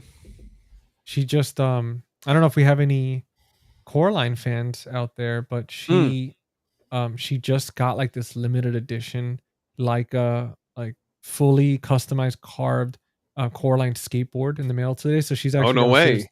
Dude, like it looks sick, man. Like That's badass.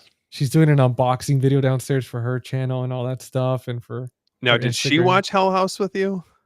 No, dude, she hasn't seen it. I have to, like, I gotta expose her to it. I wanted to, like obviously for the episodes and all that stuff, I wanted to watch it, get on it right away. And she's been kind of prepping to go out of town for the next month and a half. Okay. Yep. So for work and everything, so she's kind of been a little tied up with that. But now I'm excited to, like, once she gets back, like in December, like expose her to the Hell House franchise, because you got to start Christmas off with a little horror. Poor Aaron. There you go. Descending into hell with Hell House. Dude, there we go. A little Christmas trees, a little eggnog, and some Hell House. Oh. That's funny. Talk about the holiday spirit. Dude, seriously, man. And look, we got Chase in here. What's up, Chase? What's going on, buddy? Dude, happy spooky season to you, man. Can't believe it. What? It's already the 7th. That's crazy. Dude, it's rolling along, man. Like, we're pretty soon, we're going to be in Halloween week, just surprising everybody with all this nonstop Halloween action. I've got some more movies coming in that I'm excited to check out. Oh yeah. I got a lot. I have a backlog that I got to catch up on. Oh God. It's so bad. Dude, it's like your very own Hell House. You're just gonna be surrounded in boxes. You're gonna be trapped. There's gonna be like strobe lights. It's like, you gotta open the boxes to escape. Yeah, I literally have 3 boxes to my right now that are just I need to throw away. Dude, I did that earlier today. Actually, I had to throw out some boxes. I took advantage because the garbage people are coming tomorrow. So it's like, all right, I had to throw that. And that box itself was taking up a little bit of space. It was the Nightmare on Elm Street one. The box within the box, Yeah. little China doll situation. I think, all right, I'm keeping this. I'm not returning it. I got to get rid of this.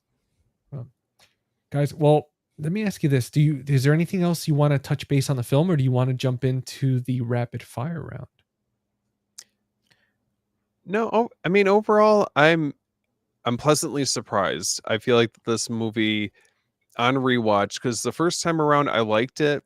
Second time around, I actually like fell in love with it. Things started to click. Yeah. I get why people enjoy it. And I felt like the second viewing was in the perfect atmosphere to be able to watch this movie. Okay. Cool. Yeah, this is a movie where if you guys haven't seen it, even though you're hearing us talk about it and stuff, the good thing is that we managed to talk about the film without fully spoiling it. So, there's still gonna be a lot that you guys are gonna be surprised by. But make sure if you watch this movie, this is the type of movie, watch it in the dark. Watch it in the dark. It's gonna creep you out. Like, I mean, if you're hearing it from all three of us, that we're like, dude, there was moments where it was very unsettling, and it was just so subtle. It was just perfect the way they did it. It's definitely one of those that you think about after watching it for a while, and it'll stick with you for a bit. Yeah. especially at night. Yeah.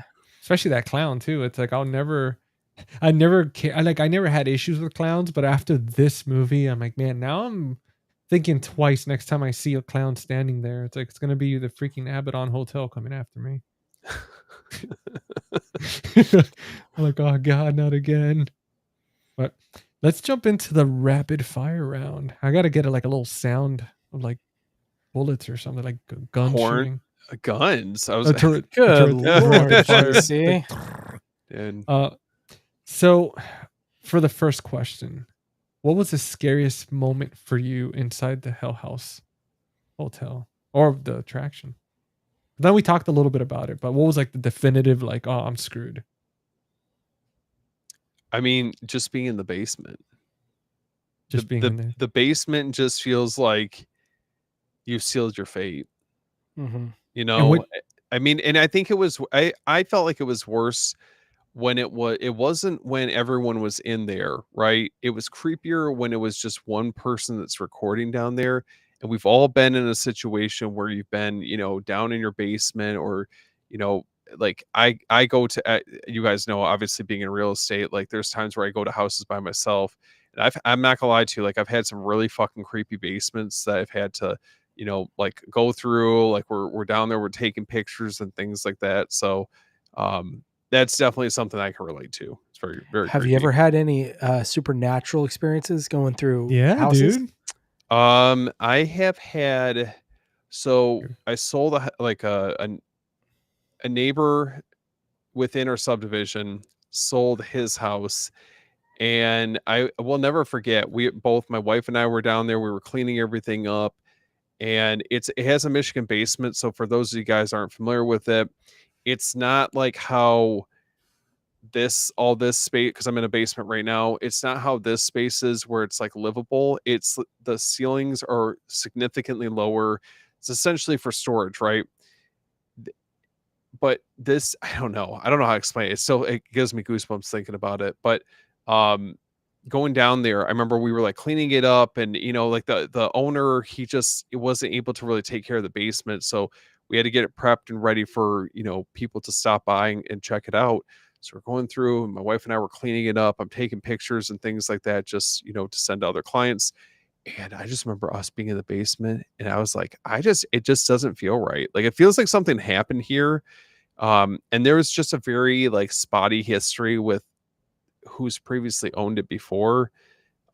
Someone had previously passed away in the home, and there was just other people that had lived in there before, just kind of just very weird occurrences that have happened there. So that was probably the most like supernatural one that I've had. I don't know. Like you just trust your gut. And it wasn't just me, it was my wife as well. And both of us very spiritual. So it's like, if something doesn't set right, like I'm good. I'm not trying to. Dude, that's how you know. That's how you know, man, when it's like when you're with somebody and they both feel it. Did you guys feel it without talking about it, or they like look at each other type situation? Or I mean, it's one thing to watch these movies and you're in a safe space and you can put yourself in the point of view from whoever you're watching, right? But to actually be down there in a very, very uncomfortable space, I mean, for my wife to get like that, I don't know. For both of us having a very mutual feeling, it just kind of freaked me out a little bit.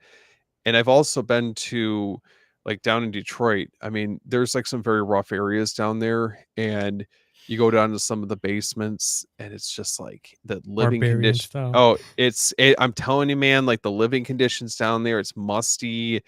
The basements are not finished. They're just run down. I know that I know this isn't like supernatural or anything, but I will never forget one of my experiences going down there. And I know this is a little bit off topic, but I went down there and I remember seeing this like glowing light that was coming down there from the house. And I was like, that's kind of weird. And somebody was living there, right? I go down there and I'm looking over there. I'm like, the whole area that's like sectioned off. And there's like heat lamps. It's this big enclosure. Guess what was down there? A cage? It was housing something. I'll give you a hint. Was it someone living down there? Not something was living down there, not someone. Oh, A dog? jeez. Bigger than a dog. A bear? No, not that big. Was it like what was bigger than a dog? Someone A had wolf? no. Someone had a pet alligator down there. What the hell? Nope. Nope. Yep. And I'm Yeah, thinking to myself, like, what? I mean, I just didn't. I told my client, I was like, yeah, no, I'm good. Dude, how do you, that's like, Like- some Florida shit. I mean, I guess we're trying to recreate that up in Detroit. Dude, So- that's the last place I What would in the expect some shit world? like that. But it's not even Alligators. it's not even just that. It's just like you go to some of these houses and it's like there's certain spaces upstairs that I'm not comfortable with. Like, you go Yeah. on the second floor, you just don't know, right? Rundown homes, investment properties. I don't know. Dude, for me it's attics. Like attics, like if I was to pick which one's creepier, a basement or an attic, especially watching this movie, freaking like to me, attics are just creepy as shit, dude. Like there's Oh, yeah. something about like I don't know if it was from like the subliminal trauma from watching Are You Afraid of the Dark, like the intro to the show where it shows a clown in the attic and stuff. But dude, it's definitely up there. And it's funny, Erin was saying, she's like, Steven, you should make a Ghost Encounters episode, Real Estate Edition. He mean, dude, needs a Travel not- Channel show. I know you guys. I need a whole crew found me because I'm not doing that by myself. Dude, that would be awesome. And then Chase was saying he said he hasn't been able to make it through the Hell House LC. Tried it 3 times. I But could see that. It he says starts a little slow, right? I mean, I think we can all Yeah. admit that it's a lot of build up Mhm. to once they actually get there. and we got Phil's creepy videos. What's up, Phil? What's up, Phil? Thanks for hanging out with us. And Travis, what's up, man? Hey, What's up, what's dude? happening? Loved Hell House. You're in the right place tonight. Now, Jordan, what about you, man? What scene out of all the scariest moments in this film, which one was the scariest for you? Like absolutely, like you're like, yeah, I'm good.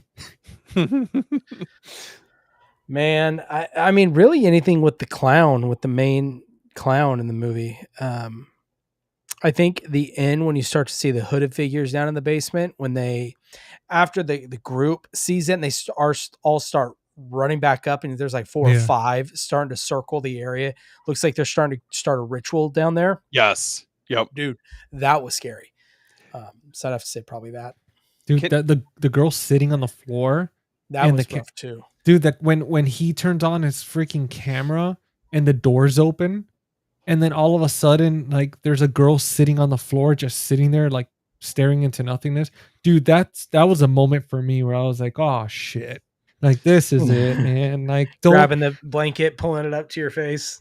dude, I when he did that, when he like covered his face under the blanket, I thought to myself, I was like, man, like I don't know, dude. Like I would not want to like keep my eyes off of it, like at all. Like you know Right. what? Like if it's gonna come after me, I want to see it coming at me. Like I don't want to it just jump on me over the covers and I'm trapped or something. We'll talk about another angle to this. Obviously, there's a lot of supernatural stuff that happens in this movie, but Yeah. what about the cult aspect? Because I don't think, I mean, that's not something we really touched on as far as like maybe influences, but cult movies are just equally as creepy. I mean, it's Yeah, as the films go on, it really you get more into the cult and you get to introduce more into this guy named Andrew Tully and Mhm. what his involvement is with this hotel, why he's at this hotel. And yeah, Dude, and the aspect anytime you involve a cult type storyline, I think it hits pretty well just because, dude, I mean, since the beginning of since time for the most part, civilization, like there's always been some cult or the other, and there's always conspiracy theories. There's all sorts of stuff going on out there. I mean, so to involve like something in this story where it's very tangible, there are people out there that are part of cults. Mhm. And it's like, damn, like it makes you think next time you see like an abandoned place, you're like, huh, I wonder what's really going on here. Like, is there some cult in here or even fancy establishments? I mean, you look at the Overlook Hotel, right? I mean, obviously it's a movie, but that, you know, it makes you think. It's like, what were those people doing? Like all these rich people, like they were just kind of sitting around and hanging out and stuff, and that's it. Like no, and then you find out there's like more darker things going on. I yeah. I think you can definitely pick up on some maybe like minor influences of the occult, the satanic panic, type vibe that you get, once it gets to that extent, further down the basement. Um but yeah, I mean, overall this movie definitely rolls in a lot of influences. I think it's pretty clear that, Yeah. Stephen Cognetti definitely knows what he's doing. Yeah, for sure.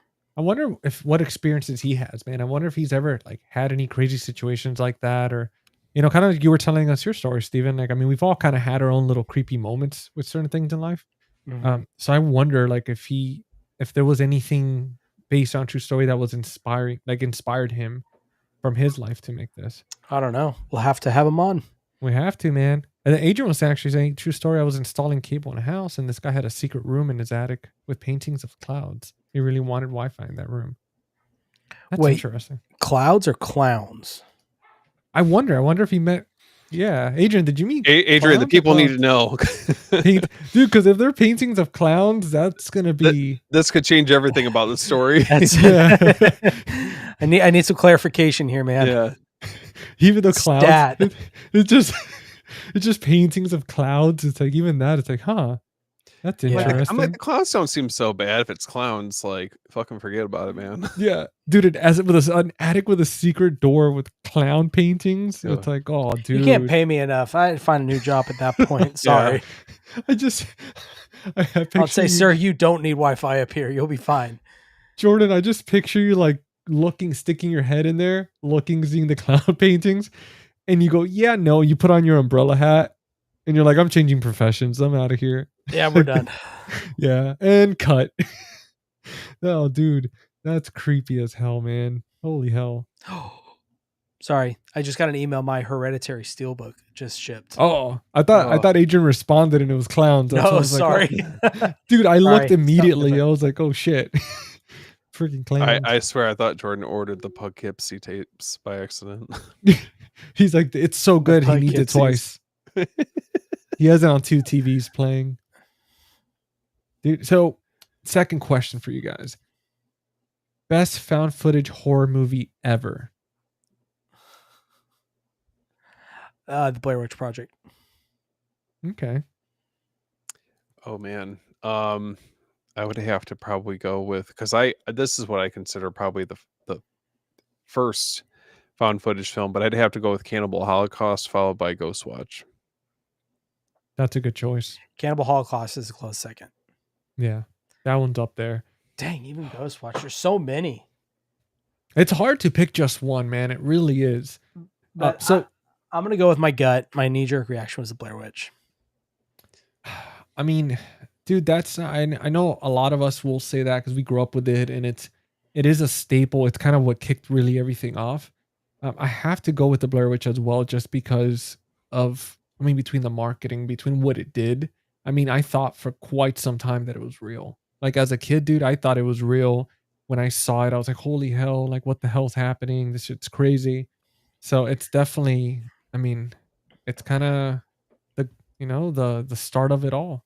Well, to Steven's credit, I wouldn't be surprised if that's where the Blair Witch got that idea of marketing, because they did the same thing for Cannibal Holocaust. That's true. Yeah. He hid away those actors. Mm-hmm. Well, I remember reading something about where he almost like he was on trial. Yeah. On trial because he thought that they died and they were dead. And Alexander says Wreck, hands down. I've yet to see Wreck. I almost got the set. I'm telling you, that scene when they go up to that woman's apartment and it's so you can look down the hallway and she's standing there. Dude, that scene right there still gets me. That was a recent watch for me. That was when Ken from Mid-Level Media and I were talking about found footage films, and we were going through like what we would consider our essentials, but that was definitely one that got brought up in the conversation. That was very, very good. I liked it. Dude, and then you mentioned that narrow hallway with the person at the end. Dude, that's one thing that creeped me out with this movie. Like the creep, like those narrow hallways. So if you're telling me that like Rec has stuff like that, man, because I've seen some clips and I was like, damn, this shit's creepy. Like, it gets pretty rough. dude, well, I'm gonna have to check that out. Would you guys say that the entire franchise for Rec is worth it? Like getting the box set? I've only seen the first one, Oh, okay. but I have the box set, but I've only seen the first one. Well, guys, if you guys are watching and you've seen all the Rec movies, let me know in the comments if it is worth getting, because that would be awesome. I mean, I think we talked about it before, Jordan. Or no, who was it? It was I think we talked about it before, but I think Chris said to go for it, if I'm not mistaken. So have to check them out. Now The Abaddon Oh, Hotel It's got right here, Jordan. this one. he just This gets one up right and here? stands in the corner. Yeah. Yeah, man, this is a pretty cool set. Who released that one? Scream Oh. Factory. Yeah. I thought you were gonna do that thing where you just stand against the wall, because I know that was inspiration from the Blair Witch in this movie, where she's just facing the wall in the Jordan's just basement. over in the corner. Yeah. Or also, they did something similar, a different take on it, in the first Paranormal Activity when she stands over the bed. Oh man, dude, that's nice, man. That's a nice little. Last time I saw it, I could have swore it was like $30 or something on Amazon. Yeah, I got it pretty cheap on Amazon, but when I got it, I mean, this box is beat up. I mean, corner dings. Whoever cut into this, like sliced it open on the side. I mean, it's pretty beat up. It's Full full movies. That's like the real Amazon experience. You never know what you're getting. Yeah. Yeah. Well, guys, I got a third question for you, and it is: Would you stay overnight at the Abaddon Hotel for $10,000? No. No, man, I'm good. Unanimous. I'll just sell a couple more houses. I'm good. Unanimous. What about you guys watching? Let us know in the comments if you would do it for 10 grand. I mean, Wait. how much would it cost to pay you to stay there? Hold on, Yeah. real quickly, because GC, you brought this up earlier. So you Yeah. guys, well, I don't know if you would appreciate it, but it is something that's kind of supernatural that happened recently to me.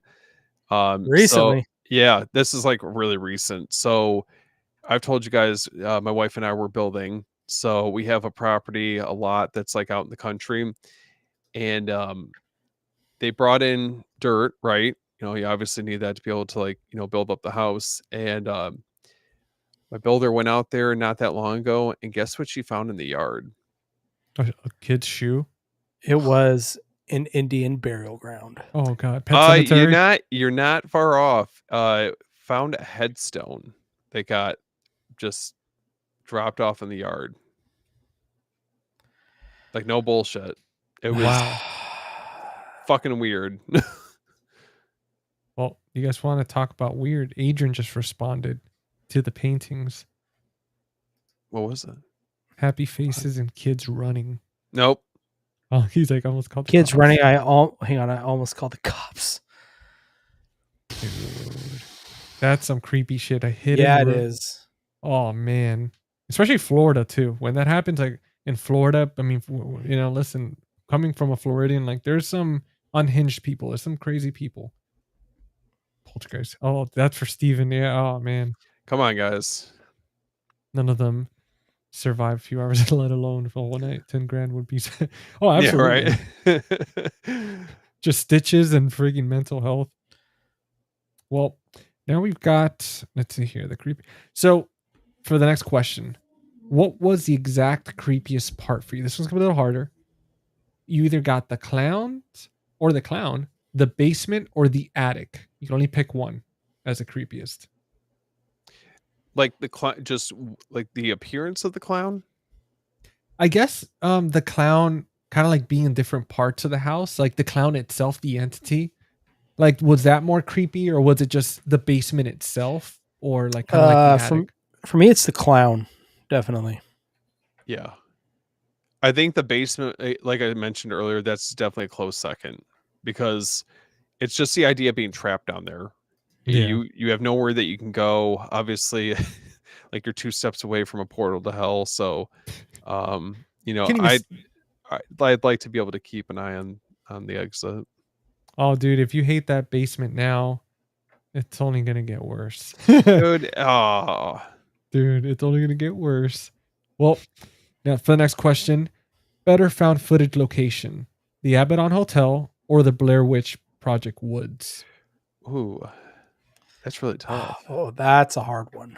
Yeah, I, man. I'm going with the woods. The woods, because you know how easy it is to get lost. Like if you're like deep out in the woods, how easy it would be to not only get lost, but can you imagine being out there at night and having no sense of direction? You're hearing sounds, tree branches, you know, rustling. I mean, I don't know. I'm Dude, good. Yeah. let me Yeah, tell the you. woods. Can I opt out from both? Well, let me tell you guys something real quick because I want to find out your answer, Jordan.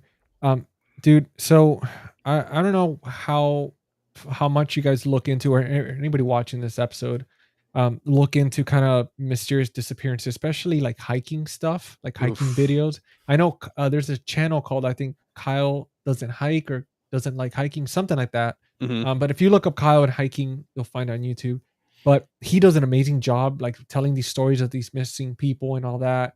And let me tell you, I remember like when we planned a trip, me and my girlfriend, we planned a trip to South Carolina and stay with my buddy for a few days, go hiking. We love nature, all that good stuff. Yeah. And I started really doing a deep dive. I did it years before a hiking trip, but then did it again, made that mistake. And I started seeing all these new stories, modern, like not too long ago stories from the Appalachian Trail, which we're not too far from, and all these different areas of just people disappearing and all this crazy stuff. And obviously, we've seen movies like The Hills Have Eyes. There's Mhm. stories where people, especially during the Prohibition, they were hiding up in the hills and the mountains, Mhm. and they're kind of just living up there, trying to stay away from the law and this and that. So a lot of crazy suspicious stuff. And I remember we went on this hike and it was long as hell, dude. Like it was me and her. We went this super long hike, pretty tedious. We were pretty drained by the time we got to the spot we were trying to get to. And it was kind of one of those you're going down, so you're almost like kind of like trapping yourself like within the mountains. So it's and obviously if you've gone hiking, where whatever time the sun sets, it sets a lot faster within the mountain itself. So you have to kind of get out a lot sooner to get caught in the dark.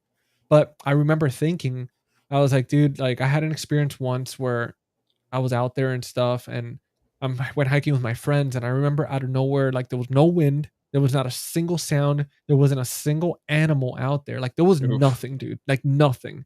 And I remember thinking of all those like Bigfoot type um like videos, and they were talking about how like there's something around you, when there's something big around you when nothing else wants to be there, all the animals and stuff disappear.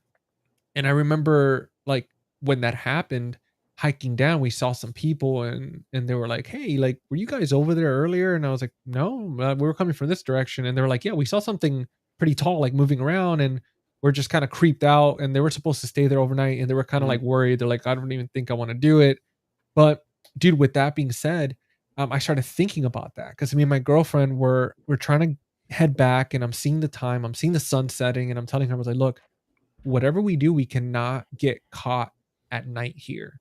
No. Like it feels very creepy." And I remember as we're hiking out and then we still had like maybe like 30, 45 minutes left. Mhm. And I'm thinking to myself, I'm like, dude, I feel like we're being followed. Like there's something Fuck out there. that. Dude, let Mm-mm. me tell you, Nope. like once we got to like the entrance, I didn't feel comfortable until we got to the exit of the entrance exit of the trail.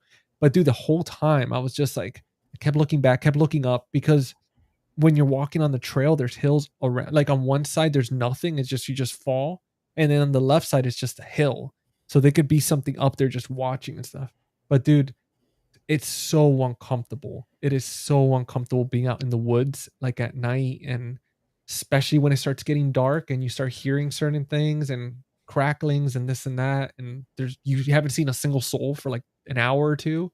Like, Well, you just don't know like who's yeah. going to be out there. That's the scary Mhm. part, is that I mean, you're so far removed from, you know, the city, you know, you're far out there, you probably don't have the best cell service. I mean, um I mean, I've definitely dug into some stories where, they'll talk about how they had like weird encounters with hikers or people that were following them. You just never know. I mean, that's the scary part about it. Dude, if you were, I gotta, because you were talking about the basement story, dude, earlier. I've got a creepy one for you guys talking about like a haunted type house. Um, there were back in the day, I'm talking about back in the day. And Mhm. my buddy Adrian, if he's still on here, he'll probably remember this. We used to go and like we started exploring like supposedly like abandoned places, kind of like ghost hunting type stuff. In our early 20s. And I remember we went to this mansion. It's in Florida. You can look it up. It's called Curtis Mansion. And they remodeled it and everything. So it's not what it was before. But before it was like abandoned, completely Mhm. abandoned. And the story is that there was I guess like a doctor or something and his wife that lived there and they wanted to have kids. And there were like something was happening with I guess they couldn't or something. And eventually like she started like this kind of like a daycare for kids and something happened where there was like a fire Mm. and pretty much like I guess like the kids died and the Oof. wife died and the guy just kind of lost it. And from my understanding from the story is that he just kind of ended it himself in that house. Hmm. And after that it just kind of started, the house sat there forever, nobody owned it, nobody lived there. And this is like an old, like it was an old mansion, like they had those like the porcelain type like tubs, like those giant ones, the heavy Mhm. ones. Hmm. And dude, I remember we went in there Oof. exploring, dude. It felt creepy. It had the old paintings, Nope. the tub. And I remember looking in one of those tubs and still seeing like her hair, like in the little drain, just like in there caught. And dude, I remember feeling very uncomfortable there.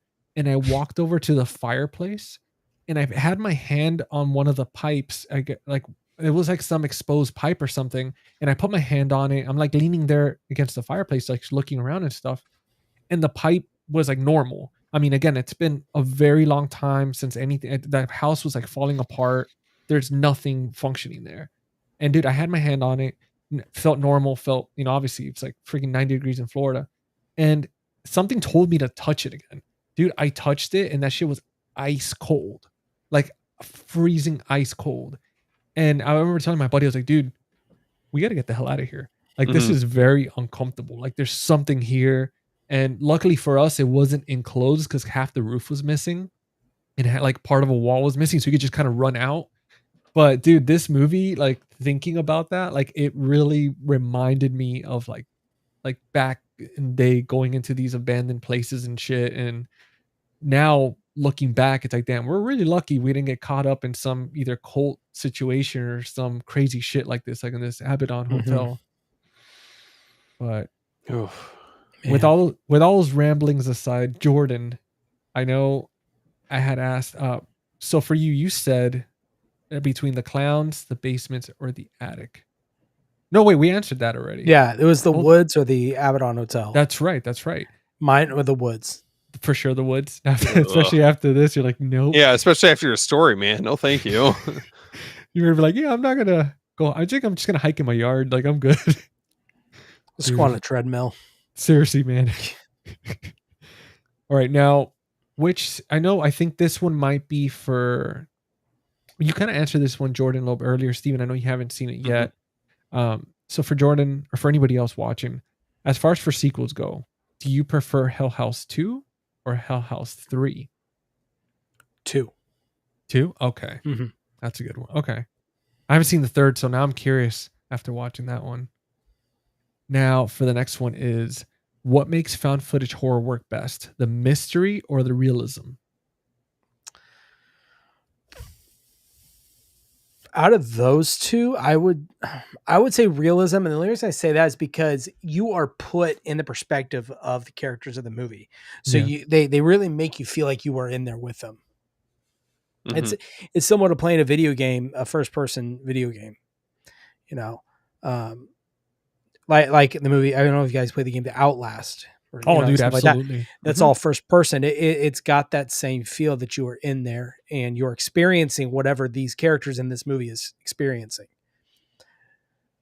What about you, Steven? How'd you feel about the first one? Like, did you enjoy more the mystery or the realism of like the situation and how they kind of kept it pretty grounded and all that stuff? Um, I like that they didn't really go like from the jump. They didn't really dive into more of the occult, the supernatural stuff right away. Like this movie was great because it built up a lot of dread and Yeah. this looming just like tension as the film went on. And I think for the fact that it did it effectively, I felt like the movie was better off for it. Because I think if you show too much too soon or you show too much of the clown, I just don't think it would work. I mean, you just never know. Like, behind every corner or hallway, you never know where they're going to appear. Yeah, that clown, before the clown even moved or did anything, I think that, I mean, that subtlety, the mystery, or the way they made it looked very mysterious. Like it looked like Hmm. that clown has been places, like it's been used for something. It's like, dude, this shit's like really, really creepy, Yeah. man. Alexander was saying the woods getting lost will be awful in the rain and the cold and the noises. Nope. Yeah, that's another thing too. If it's like raining or something, because the cold's not too bad, but with the rain and the darkness alone, like Yeah. that's already. And then Eli was saying the cave exploring videos. Yeah, for sure. I don't know if you guys saw that video of the guy that got stuck upside down. Mhm. But dude, that's Like where he was like permanently trapped. yeah, Yeah. pretty much where Oh, they were no, just waiting. Yeah, dude, they that had to like right. I think they had to give him like sedatives or something till he passed. I don't think they could because the thing is like because he was How upside tight it down. was. Yeah, and his legs like he lost there was no blood flow because all the blood was going down to like his upper body and stuff. So I think at one point like he couldn't feel much in his legs or something, and also there was like a lot of swelling. But I don't yeah, even the know. dude, I can't even think about that. yeah, dude, it's Like it's it's the it's creepy, man. well, okay. I don't know what's worse. It's like you have situations like that where these people like just end up in these horrific situations, or the worst ones are where they were just seen one day and they're never seen again. Yeah, Mhm. no, yeah, Just it's no explanation, nothing. dude. I'm telling you, people gotta stop putting themselves in these creepy situations. What's up, Brian? Hey, Brian, what's up, Brian? and guys, make sure to follow Eli's example. Hell yeah. Don't forget to slash that button and then just stomp on that sub button. We And appreciate it. We appreciate you guys all coming to hang out with us. Yeah, man. guys, and especially for Halloween. I mean, dude, it's such a fun month. I mean, I feel like out of the entire year, like we're all gonna get to kind of really just go balls to the wall with like horror and like haunted stuff. And it's fun that we get to these episodes and just talk about real experiences and get people Oh like yeah. excited. Cause dude, it's fun, man. It's fun to kind of get personal with that stuff and hear all these stories and then get creeped out afterwards. And we're like, all right, I'm gonna go watch this movie and be creeped out now. And Hell yeah. Alexander was saying both. I feel like can't have one with the other. The mystery makes you want to be there with them. And yeah, absolutely. I think for me, mystery, it's always one of those, you're like, man, like what's going to happen next? What the hell is going on? And I mean, obviously the realism too, like keeping it grounded and keeping it like Mhm. making you feel like it could happen to you. I think is what really sets it off and really makes it scary. Hmm. But can't go with one without the other. Now, for the final question, is favorite haunted attraction gone wrong movie? Hmm. What an attraction gone wrong? Well, you have this. You have Haunt. You have the Fun House. Yeah, the Funhouse is up there. Um, I want to say Final Destination, but it's not haunted. what is there? Is there anything else? What else is there? I'm trying to look at my movies right now. I feel like Hellfest, but that's more of a slasher. Trying to see what other ones are. I mean, Haunt 2019. damn, that's tough. I would have to put either this movie or the Funhouse up there. Yeah, I'm gonna have to agree with you on that, I gotta just check can't- out this Haunt movie, man. dude. It's pretty good. It's like one of those extreme haunted houses, Yeah. and It takes, yeah, it's a good movie. Damn, I'm gonna check that out. I'm gonna add that to the Halloween list. Would you Oh, that's- consider House of a Thousand Corpses? I mean, it's not really. It's not really like an attraction though. Yeah, But and it's not it is. haunted. It's like sadistic. Yeah, let's see here. Oh, we got Pizzo. What's up, man? How you doing? Oh, what's going on, Piz? What's up, Piz? Happy Halloween season, man. Thank you for joining us tonight. Happy early Halloween, my guy. Yes. Yeah. We got to cherish these days. They're going by too fast, man. We're already, Guys, dude, it's insane. is it? I don't know if it's like this for you, but today was like the first like cold, rainy day that we've had. It literally went from being kind of like a little bit warmer, humid, whatever yesterday, and then it's like slowly like the nights are getting darker a little bit sooner. Yeah, a little colder. Oh man, it got the blanket. I had a fire the other day. It was 90 degrees. Oh, okay. Well, never mind. Sorry. Dude, the other day it was nice and cold. Like it was in the low 60s. And I was watching your live stream, Steven. I remember I sent you the picture. Oh, yeah, yeah. I was like, dude, what a vibe. Dude, I was just sitting out there. Like at one point I was by myself and I'm hearing like shit moving in the bushes and stuff. And I'm thinking, I'm like, it must be one of those stray cats, I hope.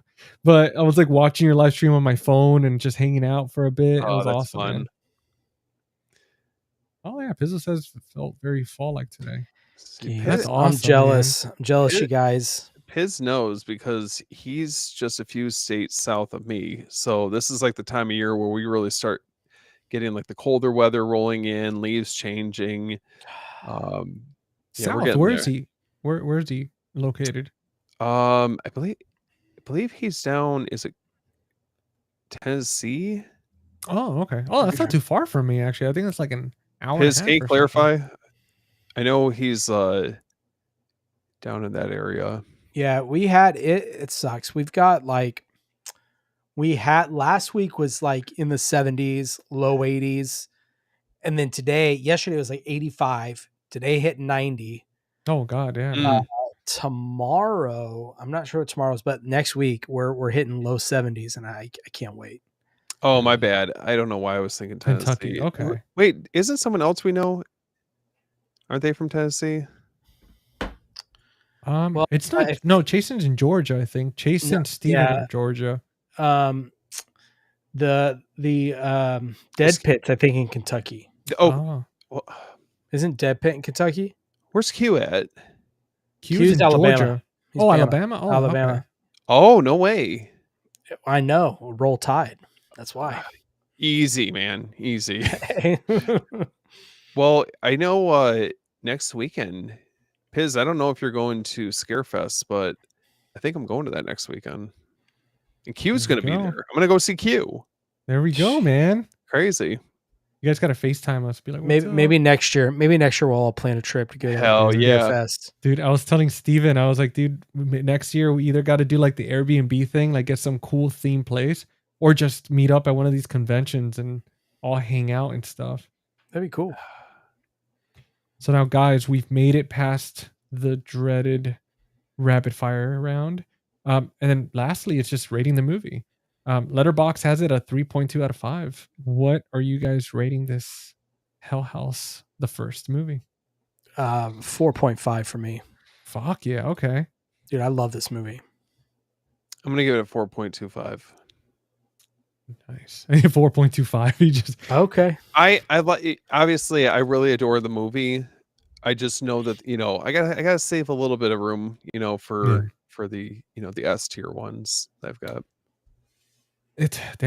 I gave it a 4. And the only reason why was just because I don't like, it's rare for me to do half sometimes. Like if I do halves, it's like a 3.5 for me when it's like very hard to choose. But for this one, I gave it a 4, man. I thought everything was great. I thought it was awesome. And then for me, it was like, man, 4.5 to 5 was, I was like, oh man, that's like Oscar worthy type situation. But for me, it's like, what is the Oscar worthy found footage movie for you?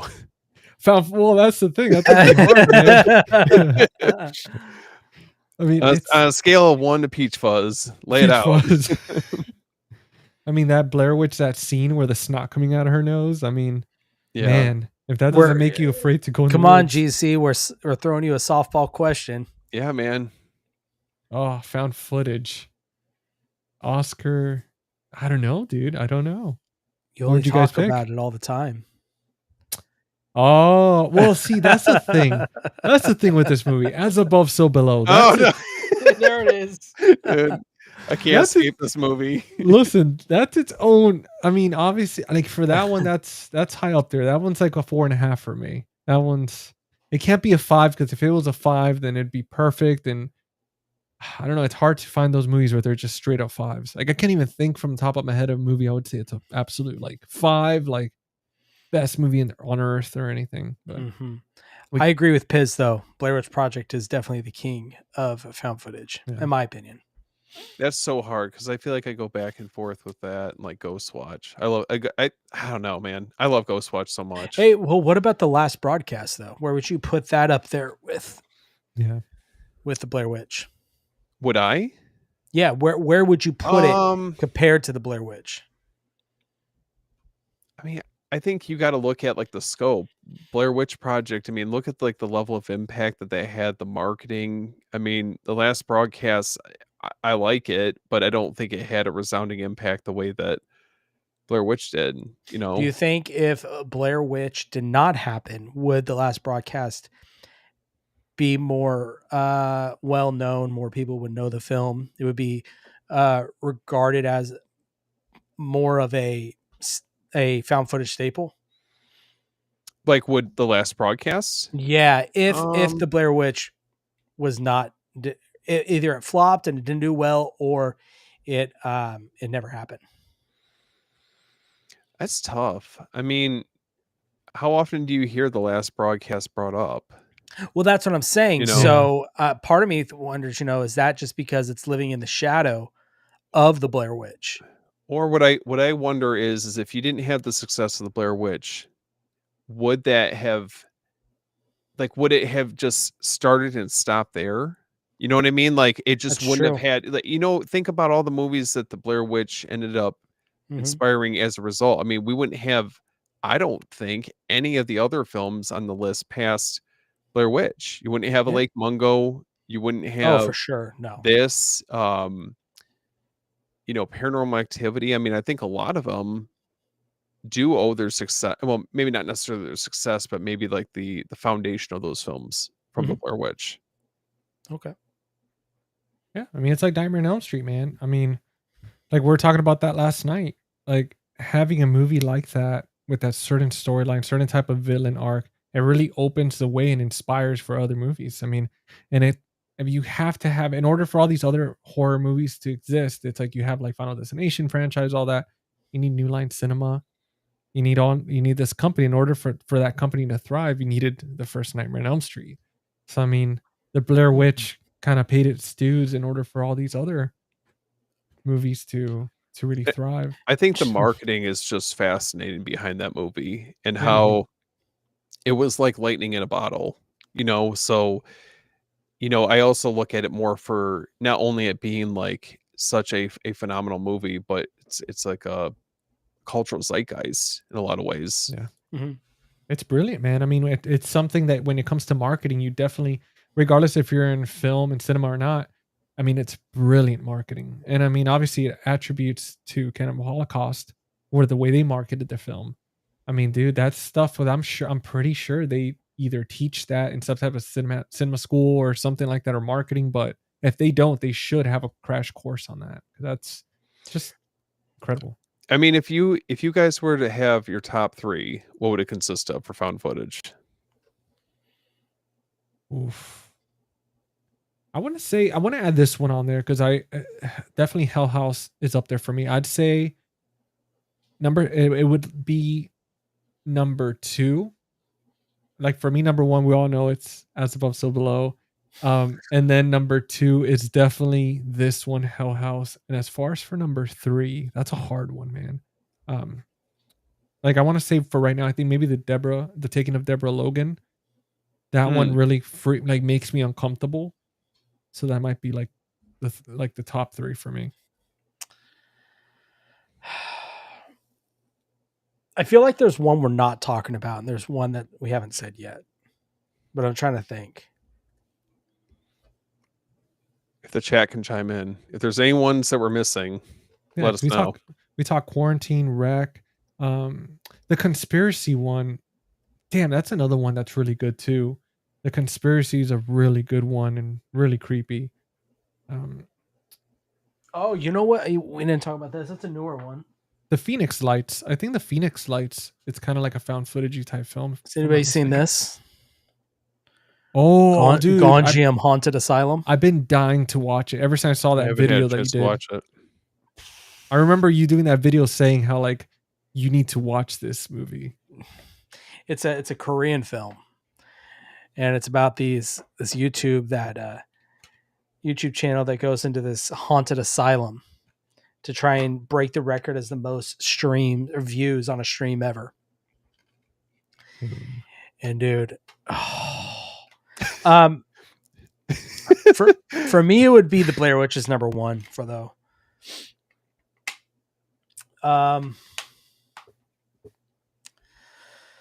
The Blair Witch, that's tough, guys. I know it's hard, my top three. Yeah. Okay, I'll say the Blair Witch. I'll say Cannibal Holocaust just because of how important that movie is. Regardless if you like it or not. If you don't like the movie, I completely understand. It's not for everybody. But the importance of it, I would put it up there. For the third, let's go with Hell House LLC. We're talking about it. That's right. There we go. What about you, Steven? I think I'm going to have to go Cannibal Holocaust, Ghost Watch, and then the Blair Witch Project. For me personally. And that's just with the rewatchability or how often I find myself coming back to them. You know, like Ghost Watch for me is like a staple this time of year. Yeah. Blair Witch Project, I don't know about like you guys, but I always feel like that's more like a summer watch for me. Hey, Paula. Yeah. What's up, Paula? What's going on? Oh, Piz said, did any of you guys see the last Hell House? No, and I wanted to, but it wasn't playing at a theater near me, so I couldn't. I'm still trying to get caught up. The Visit's a good one. The Visit's creepy as hell.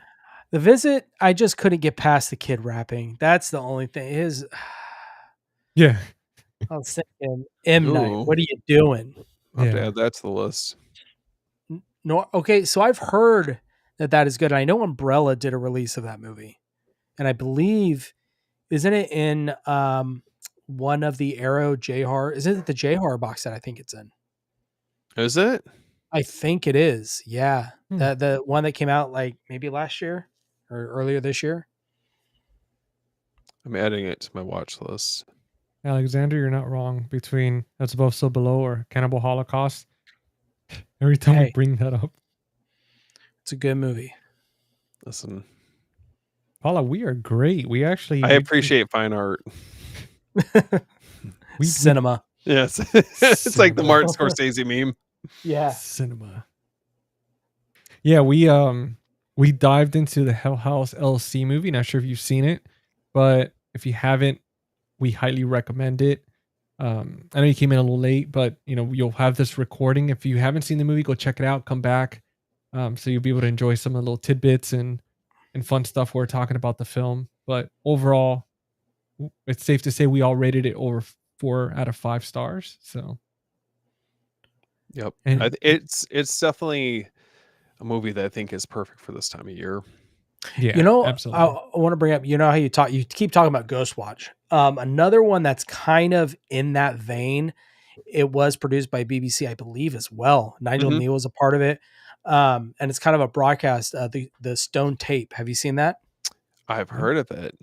Yeah. 101 Films put out a really cool box set not too long ago. It's very, here, I'll show you.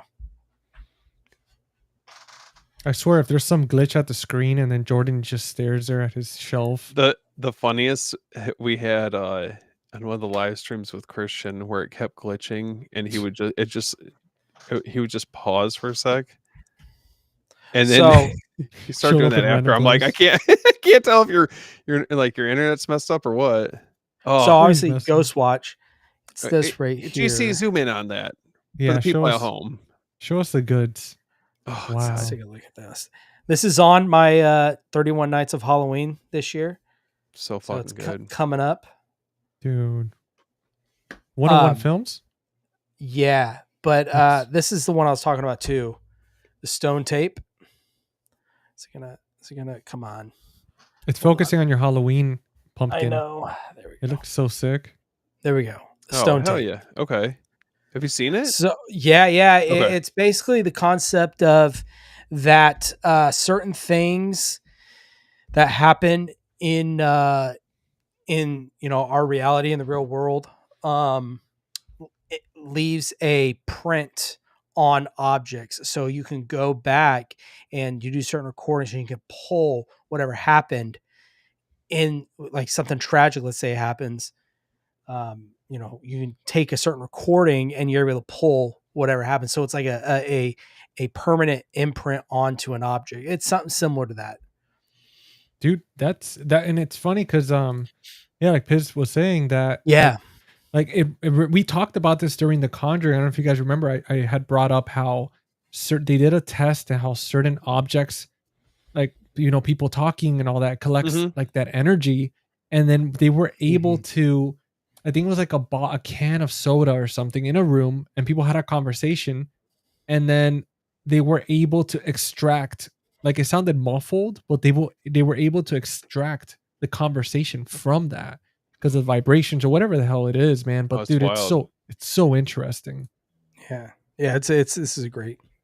Oh, dude, you opened Did it you up. That's did you get that when it first came out? Like that or Ghostwatch? Ghostwatch I didn't, but the stone tape I did. Okay. dude, that's sick, man. The Ghostwatch actually found on eBay someone was selling this with the last broadcast, like, Oh, as a bundle. no way. Damn, Mhm. dude. Wow. Jordan's always getting the cool stuff. Yeah, it's I don't know about that. well, the box set, I remember it's gone up, hasn't it, since then? Because I don't remember like paying a crazy amount for that when I first got it. Yeah. Yeah, I think a guy was selling this and the stone tape and what was it? In the last broadcast for like $50 for both of them. Damn. Um, Damn, dude. but That's a hell of a deal. Jordan, you I peaked at don't. that time.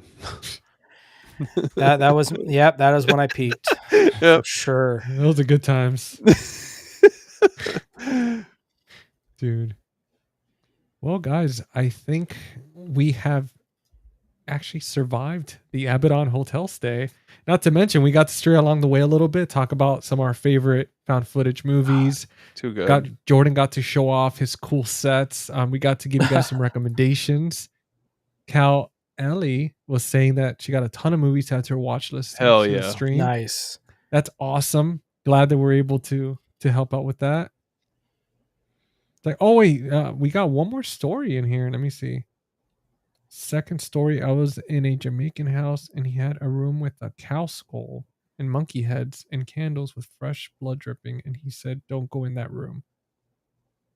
He's like, "I made something up and I left." And you stayed working for that company? Well, dude, Dude, it's No, thank you. I'll tell you guys something. So I used to work for Dish Network, and if I'm not mistaken, he might be working for Comcast, because it's really the only companies you have. Like in South Florida, you have Comcast. Dish Network's not around anymore, but they have like DirecTV, AT&T. But dude, like when I worked for Dish Network, and I went into some houses, man, and it was uncomfortable. Like you'll be surprised, like the crazy shit that people just have either out in the Oh yeah. open, or they're like, "Hey, you're like, oh, I got to run this cable through here," and next thing you know, you're like, "Yeah, you know what, I gotta leave." But I never saw anything like that. Like that's Yeah. No, that's there's hardcore. definitely I work for a solar company, and so a lot of times, like, if someone calls in, they want to bid for solar or something, or electrical, anything, I will go in to go get pictures and stuff to get an idea of, Mhm. so we can get them a quote. And dude, there's some scary stuff out there. Oh yeah. I've been in my fair share of attics and a couple basements. It's not fun. Dude, there's a few Abaddon hotels out there that we don't know about. Just people conjuring Shit. weird shit. And thank you, Alexander. Appreciate that. Thank you, Alexander. You're Yeah, always here. thanks. Now, guys, that wraps up episode 18 of Cinema Rewind. We've checked into the Abaddon Hotel, Face the Clowns, uncover the dark secrets behind Hell House LLC from 2015, one of the most effective modern found footage horror films. Big thank you, as always, not just to you guys watching, but my amazing, super awesome co-hosts Jordan from the Movie Den and Stephen from After Hours Video. Guys, thank you once again for joining me on this creepy ass ride for spooky season. Now, do you guys have anything you guys want to promote? Let people know where to find you, all that good stuff. Jordan, go for it. Yeah. Don't be shy. No, you can I find thought me I over froze. at the Movie Den on YouTube and Instagram and Twitter. Yeah, guys. We're trying to focus on some spooky stuff for Halloween. I've got my 31 Nights of Halloween watch list that we are in the middle of. Last night we watched Hallowgate, and tonight we are kicking it off with the Carnival of Souls. So that is tonight. And then there's a PDF download you can download over on my Instagram, in my bio and the links. You can download it, get your own calendar if you want to follow along. So we're doing that. And I've got a couple reviews coming out here pretty soon. I actually sneak peek to you guys. I have a region free player that I'm going to be reviewing. That got sent to me, Ooh. so I'll be Very doing cool. a review of that. And yeah, just all I can keep saying is keep your eyes out for the week of Halloween. So, Guys, also, we have a little code there on the top left, right next to my Jason mask. So if you want to, there it is, right there. if you're watching this on your TV and you got your phone in your hand, make sure to scan. Wait, no, right here. Oh no, yeah, right there. I'm always like, what the hell's happening? But right there, just make sure to follow Jordan on IG and all that good stuff. And Yeah. Jordan always fails to mention, but guys, Oh, sorry. if you want to save 10%, go on to the movie room and support Yeah. Jordan's channel, Movie Den 10. Sorry, Steven, we're blocking you here. Let me move this. We can't block that face. There you go. But guys, you have that good stuff there. Yeah. And now Steven. Oh wait, Jordan, you got something else? Oh, I was just saying, yeah, go check that out. And then also me, Steve, and Chris, Bearded Film Guy. I want to say it's on the 23rd.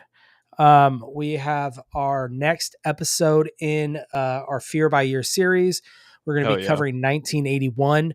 We're actually doing a little more than 6 films this time, just because there's a couple we got to cover. We're going to have Evan from Rockland Graves Production. He's going to be joining us, and it's going to be a lot of fun. 1981 is another year. A lot of good movies. So, dude, hell yeah, man. Now, before we jump onto here, I wanted to quickly, because I did see 2 comments come in. Also, don't know if you saw it. I did not, but definitely going to check that out. That sounds awesome. What's it called? True Honda. Okay.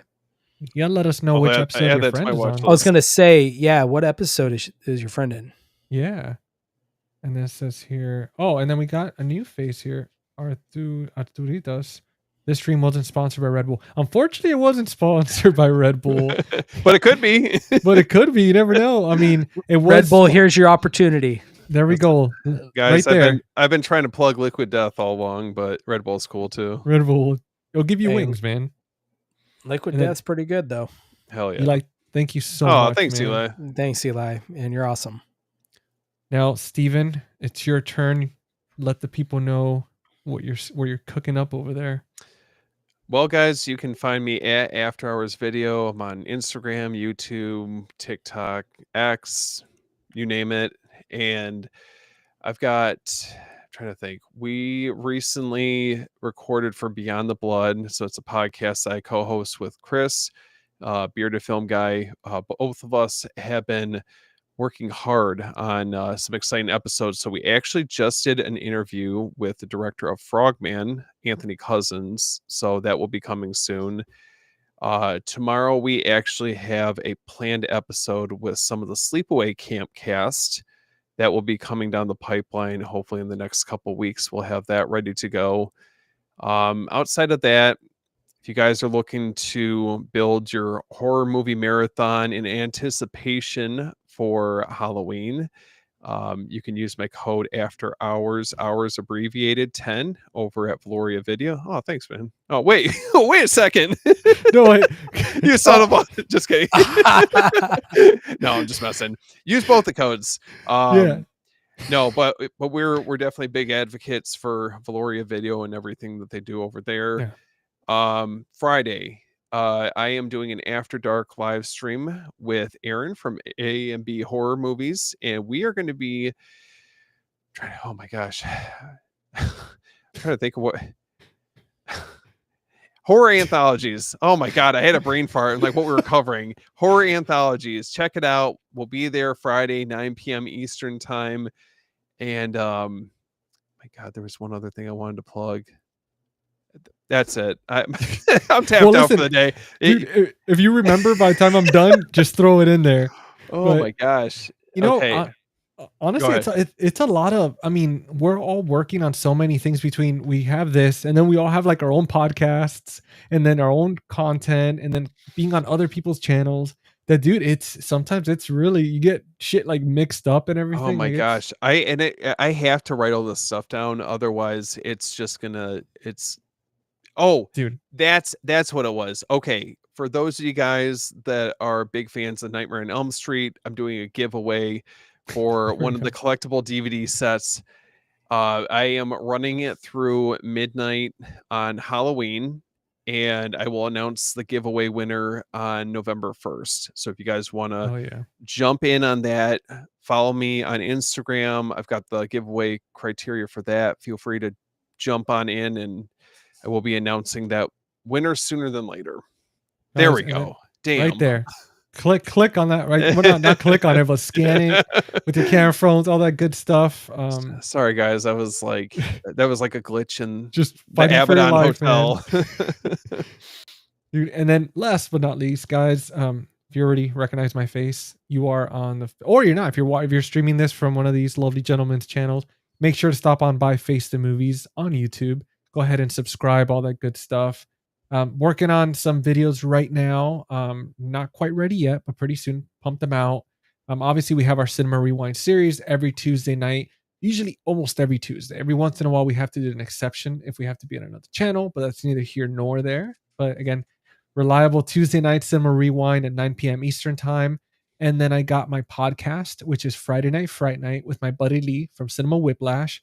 Every Friday, we release a brand new recorded episode. You can find it on Spotify, Apple Podcast, and the video version on my channel, Face the Movies. So we're working on a Fright Night, recording it tomorrow and releasing it on Friday. So we got that going. And then last week, we did Jeepers Creepers. So if you're a fan of Jeepers Creepers, check out that video. In anticipation to Tron coming out, the new Tron Ares coming out on October 10. If you're a fan of Nine Inch Nails or the Tron franchise, I released a video talking about reviewing the new soundtrack. So it's over there on my channel. Check that out. Last but not least, speaking of found footage, I actually have a giveaway that I announced yesterday. If you guys are into reading, especially reading horror books or found footage, my buddy Tim from the Dread Broadcast, he actually gave me an extra book for me to give away to you guys just in time for spooky season, which is Like, Comment, Survive. And he even signed it. It's a signed copy by the author. Ton of fun. I'm halfway through the book and absolutely love it. Very fun and creepy. So I'm doing that giveaway. Check out my Instagram. Check out the reel with all the instructions. But I will announce the winner on the 21st, which is our Cinema Rewind episode, which is funny enough, the 21st episode. And we're talking about the movie 13 Ghosts. So if you guys are excited about the movie 13 Ghosts and Matthew Lillard and Scream and all that stuff, we're going to be talking about it then. As far as for next week, for a little teaser, we're going to be talking about The Witch from 2015.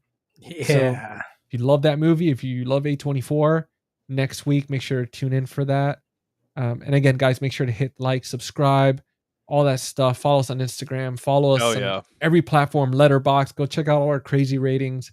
But love these guys. You know, it's such a blast being able to do these episodes with them and having you guys in the chat, you know, just commenting away and just being completely awesome. But until next time, guys, whatever you do, don't go into the Abaddon Hotel and sleep sweet. See you guys. Later, guys.